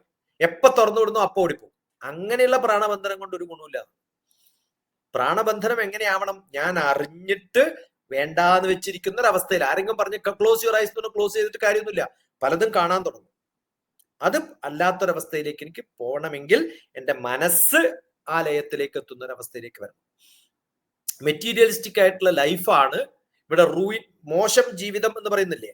ബുദ്ധിനാശാത് പ്രണശ്യതി എന്ന് പറയുന്നത്, പ്രണശ്യതി എന്ന് പറയുന്നതിന് അർത്ഥം തീരെ ഒന്നിനും കൊള്ളാത്തവനാവുന്നല്ല. ഞാൻ മെറ്റീരിയലിസ്റ്റിക് ആയിട്ട് മാറിപ്പോകും. എന്റെ ഗുണം വേണം, ഞാൻ വലിയ പ്രസിദ്ധിയിലേക്ക് എത്തും. പക്ഷെ അപ്പൊ അവിടെ എത്തുമ്പോഴും എനിക്ക് മനസ്സമാധാനം ഉണ്ടാവില്ല. അതുകൊണ്ട് അയാൾക്ക് പ്രമോഷൻ കിട്ടിയില്ലേ, ഒരു കാര്യമില്ല, മനസ്സമാധാനം ഇല്ല. ആ അവസ്ഥയിലേക്ക് പോകുമ്പോഴാണ് പ്രണശ്യതി എന്ന് പറയാം. ഒന്നും നേടാത്തവനെന്ന് അർത്ഥമില്ല കേട്ടോ. നമ്മൾ ഉദ്ദേശിക്കുന്ന നേട്ടം ഉണ്ടല്ലോ, നല്ല ടേസ്റ്റ് ഉണ്ട്, എന്താ ടേസ്റ്റ് ഭക്ഷണത്തിന്, ഒരു കുഴപ്പമില്ല, നല്ല ഭക്ഷണം കേട്ടോ എന്ന് പറയും. പിന്നെ കുറച്ച് ഒരു അരമണിക്കൂർ കഴിയുമ്പോഴാണ് എന്തോന്ന് വയറിൽ പ്രശ്നം തോന്നുന്നുണ്ടല്ലോ. അത് താൽക്കാലികമായിട്ടുള്ള നമുക്കൊരു ഒരു സന്തോഷം കിട്ടുമ്പോ അത് ഇതുകൊണ്ടുണ്ടാവുന്ന കൺഫ്യൂഷൻ കൊണ്ടുണ്ടാവുന്ന. എന്താണോ അൾട്ടിമേറ്റ്ലി വേണ്ടത് അതിലേക്ക് എത്താൻ പറ്റുന്ന ഒരു മനസ്സുണ്ടാക്കാത്തിടത്തോളം കാലം ഇതൊന്നും നേടിയിട്ട് കാര്യമില്ല. ധ്യായതോ വിഷയാൻ പുംസ സംഗസ്തേഷൂപജായത്തെ സംഗാത് സംജായത്തെ കാമ കാമാത് ക്രോധോ അഭിജായത്തെ ക്രോധാത് ഭവതി സമ്മോഹ സമ്മോഹാത് സ്മൃതി വിഭ്രമഃ സ്മൃതി ഭ്രംശാത് ബുദ്ധിനാശോ ബുദ്ധിനാശാത് പ്രണശ്യതി. ഇത് എന്ത് രസകരമായ ഒരു സീക്വൻസ് ആണെന്ന് ആലോചിച്ചു. Mind management, mind control, psychology ഒക്കെ പഠിക്കുന്നവർ ഇത് കൃത്യമായിട്ട് പഠിക്കണം. അപ്പൊ ആരെങ്കിലും എന്തെങ്കിലുമൊക്കെ കുറ്റം പറയുകയോ പഠിക്കാൻ പറ്റുന്നില്ല എന്ന് പറയുമ്പോൾ ഞാൻ പഠിക്കാൻ പറ്റാത്തതിന് വേറെ കുഴപ്പമൊന്നുമില്ല, എന്തോ ഒരു പ്രശ്നമുണ്ട്, ഇന്നലെ ഉറങ്ങിയിട്ടില്ല അല്ലെ, ഉറങ്ങിയിട്ടില്ല, എന്താ കാരണം, ഇന്നലെ ആരോ വഴക്ക് പറഞ്ഞു അല്ലെ. അങ്ങനെ അങ്ങനെ അങ്ങനെ പോയിട്ട് പറയുമ്പോൾ നമ്മൾ ആദ്യം മനസ്സിലാവും ഇതിനൊക്കെ കാരണം എന്നെ അമ്മ വഴക്ക് പറഞ്ഞു എന്നുള്ളതായിരുന്നു എന്റെ പ്രശ്നം. അത് സംഘമായി പോയി. ആ ഒരു അറ്റാച്ച്മെന്റ് വല്ലാണ്ട് ഉള്ളിൽ കയറി കഴിഞ്ഞ സമയത്ത് അതാണ് പ്രശ്നം, അതാണ് കുഴപ്പമുണ്ടാകുന്ന അവിടെയാണ്. ഇന്നൊരാള് എന്നെ പരിചയപ്പെട്ടു, അയാളുടെ പേര് കൃഷ്ണ എന്നാണ്, നല്ല പേരാണ്. ഓക്കെ, പേരിട്ടിരിക്കുന്നത് ക്രിസ് എന്നാണ്. എന്താ ക്രിസ് പേരിടാൻ കാരണം? കൃഷ്ണനെ ഇഷ്ടല്ലേ? അത് കഴിഞ്ഞിട്ട് അതിന്റെ തൊട്ടടുത്തിരിക്കുന്നത് എന്താണ്, അദ്ദേഹത്തിന്റെ പിന്നെ DP ആയിട്ടിരിക്കുന്നത് മാതാവിന്റെ പിക്ചറാണ്. ക്രിസ് ആണ് പേര്, ക്രിസ്ത്യാനിയാണ് ചോദിച്ചു. അല്ല, ഞാൻ ക്രിസ്ത്യാനി ആണെങ്കിൽ ഏത് ഗ്രൂപ്പാണ് ഏറ്റവും നല്ല ഒന്ന് എനിക്ക് പറഞ്ഞു തരുമോ എന്ന് ചോദിച്ചു. അവിടെ ഉറപ്പില്ല, ഇവിടെ ഉറപ്പില്ല, അവിടെ ഉറപ്പില്ല, ഇവിടെ ഉറപ്പില്ല. അടുത്ത ചോദ്യം ഞാൻ ചോദിച്ചത് എനിക്ക് വല്ല ഗേൾ ഫ്രണ്ടും ഉണ്ടോ ക്രിസ്ത്യാനി എന്നാണ്. അപ്പൊ മുഖഭാവം കൊണ്ടറിയാം എന്തോ ഒരു പ്രശ്നം ഉണ്ടെന്ന്. അങ്ങനെ ഒരു കൗൺസിലിങ്ങിന് വന്ന കേസാണ്. അപ്പൊ ആലോചിച്ച് നോക്കുക, ഒരു മനുഷ്യൻ അവനവന്റെ ഐഡന്റിറ്റി പോലും ഇല്ലാണ്ടാക്കുന്ന ഒരു സ്വഭാവത്തിലേക്ക് മാറിപ്പോവാൻ എന്താ കാരണം? ക്രിസ്ത്യാനിയാണോ ഹിന്ദു ആണോ എന്നുള്ളതല്ല, അവനവന്റെ പേര് പോലും അവൻ ഹൈഡ് ചെയ്യാണ്, അവന്റെ ഐഡന്റിറ്റി ഹൈഡ് ചെയ്യാണ്. ഞാൻ ആരാണെന്ന് പോലും പറയാൻ തയ്യാറില്ലാത്തൊരു വ്യക്തിയെ നമ്മൾ ഈ ലോകത്ത് എത്ര കപട ലോകം എത്രയാണെന്ന് ആലോചിച്ച് നോക്കാം. അപ്പൊ ഈ പേര് കണ്ടിട്ട് അല്ലെങ്കിൽ ഈ ഒരു ഐഡന്റിറ്റി കണ്ടിട്ട് ഒരാൾ വിചാരിക്കില്ലേ ഇവൻ ഇന്ന ജാതിക്കാരനാന്ന് വിചാരിച്ചിട്ടായിരിക്കും ചിലപ്പോൾ ആൾക്കാർ പ്രേമിക്കുക. ഇന്ന ആളാണെന്ന് കരുതി കൂട്ടിട്ട് പ്രേമിച്ചോ, കുഴപ്പമില്ല. ഇത് ഐഡന്റിറ്റി ഹൈഡ് ചെയ്യുമ്പോഴാണ് പ്രശ്നം ഉണ്ടാവുന്നത്. അതെന്താ ഹൈഡ് ചെയ്യുന്നത്? ഒരു ബോണ്ടേജ് ആണ്. ആ ബോണ്ടേജില് ഡിസയർ കൂടി. സംഘാത് സംജായതേ കാമ. ആ കാമം വരുമ്പോ എന്ത് പറ്റി? അവനവന്റെ ഐഡന്റിറ്റി ഇല്ലാണ്ടായി. അപ്പൊ നേടുന്നതൊക്കെ എന്തായിരിക്കും? അവസാനം നേടുന്ന ബുദ്ധിനാശാത് പ്രണശ്യതി. രണ്ടാൾക്കും ആവാം, അങ്ങോട്ടും ആവാം ഇങ്ങോട്ടും ആവാം. ഇതാണ് നമ്മുടെ ലോകം. ഇത് അർജുനന്റെ കാര്യത്ത് 5000 വർഷം മുമ്പ് പറഞ്ഞതാണോ ഇന്ന് പറഞ്ഞതാണോ ചോദിച്ചാൽ ഇന്ന് പറഞ്ഞതാണ്. ഇന്ന് നമുക്ക് വേണ്ടി ഇപ്പൊ പറഞ്ഞതാണ് ഈ കഥ. ഇതാണ് മനസ്സിലാക്കേണ്ടത്. ഞാൻ ആരെയാണ് യുദ്ധം ചെയ്ത് കൊല്ലുന്നത്? അത്തരം ദുസ്വഭാവം നമ്മുടെ ഉള്ളിലുണ്ടെങ്കിൽ അതിനെയൊക്കെ കൊല്ലാനുള്ള കുറേ 100 കൗരവന്മാരെ നമ്മുടെ ഉള്ളിൽ ഇരിപ്പുണ്ട്. 5 പാണ്ഡവന്മാരെ നമ്മുടെ ഉള്ളിലുള്ളൂ. അത് നമ്മുടെ ഇന്ദ്രിയങ്ങളാണ്. ആ ഇന്ദ്രിയങ്ങളെ ശുദ്ധമാക്കി വെച്ചാൽ, അതിനെ സംരക്ഷിക്കാൻ ആത്മാവെന്ന കൃഷ്ണൻ നമ്മുടെ ഉള്ളിലുണ്ടെങ്കിൽ ഈ എല്ലാ രാഗദ്വേഷങ്ങളെയും കൊല്ലാൻ പറ്റുന്ന ഒരു അവസ്ഥയിലേക്ക് നമുക്ക് വളരാൻ പറ്റുമെന്ന്. ഈ ദോഷങ്ങളുടെ എണ്ണമാണ് 100 കൗരവന്മാരായിട്ട് അന്ധമായിട്ടുള്ള പ്രശ്നങ്ങളാണ് ഉണ്ടാക്കുക എന്നർത്ഥം. ആ അന്ധതയാണ് ഇവിടെ പറഞ്ഞു വെച്ചിരിക്കുന്നത്. ഇത് പറയുമ്പോൾ നമുക്ക് അർജുനോടല്ല വെക്കുന്നത്, ഇതൊക്കെ വെക്കുന്നത് ഓപ്പോസിറ്റ് ഇന്ന ആൾക്കാരാണെന്നും കൂടി ആലോചിച്ചോളാനാ പറയുന്നത്. അവർക്കും കൂടിയുള്ള വെപ്പാണ്. കാരണം ഇത് കൃഷ്ണൻ മഹാഭാരതത്തിന്റെ ഇടയിൽ പറയുമ്പോഴും ഗീതയാണല്ലോ നമ്മളെയൊക്കെ മഹാഭാരതത്തിലേക്ക് എത്തിക്കുന്നത്, ചിലപ്പോൾ ഗീതയിലൂടെയാണ്. അതുകൊണ്ട് ഗീത നന്നായിട്ട് പഠിക്കുമ്പോൾ നമുക്കൊരു ആഗ്രഹം ഉണ്ടാവും. മഹാഭാരതത്തിന്റെ കഥ പറയാതെ ഗീത പറയാൻ പറ്റില്ല. ഫസ്റ്റ് ചാപ്റ്റർ ആകുമ്പോഴത്തേക്കും മഹാഭാരതം ഫുൾ കണ്ടൻസ്ഡ് ആയിട്ട് അവിടെ പറഞ്ഞു കഴിഞ്ഞില്ലേ, എല്ലാവരുടെ ഗുണവും പറഞ്ഞു. അത് കഴിഞ്ഞിട്ട് ഇതൊക്കെ പറയുമ്പം അവരെയാണ് നീ വെട്ടുന്നത് എന്ന് പറയുന്ന സമയത്ത് നമ്മുടെ ഉള്ളിലുള്ള കൗരവ ചിന്തകളെയാണ് പാണ്ഡവന്മാരായിട്ടുള്ള 5 ഇന്ദ്രിയങ്ങളെ വെച്ചിട്ട് മനസ്സും ബുദ്ധിയും വെച്ചിട്ടാണ് ഇതൊക്കെ ചെയ്യുന്നതെന്ന് അറിയാം. അതാണ് അറിയേണ്ടത്.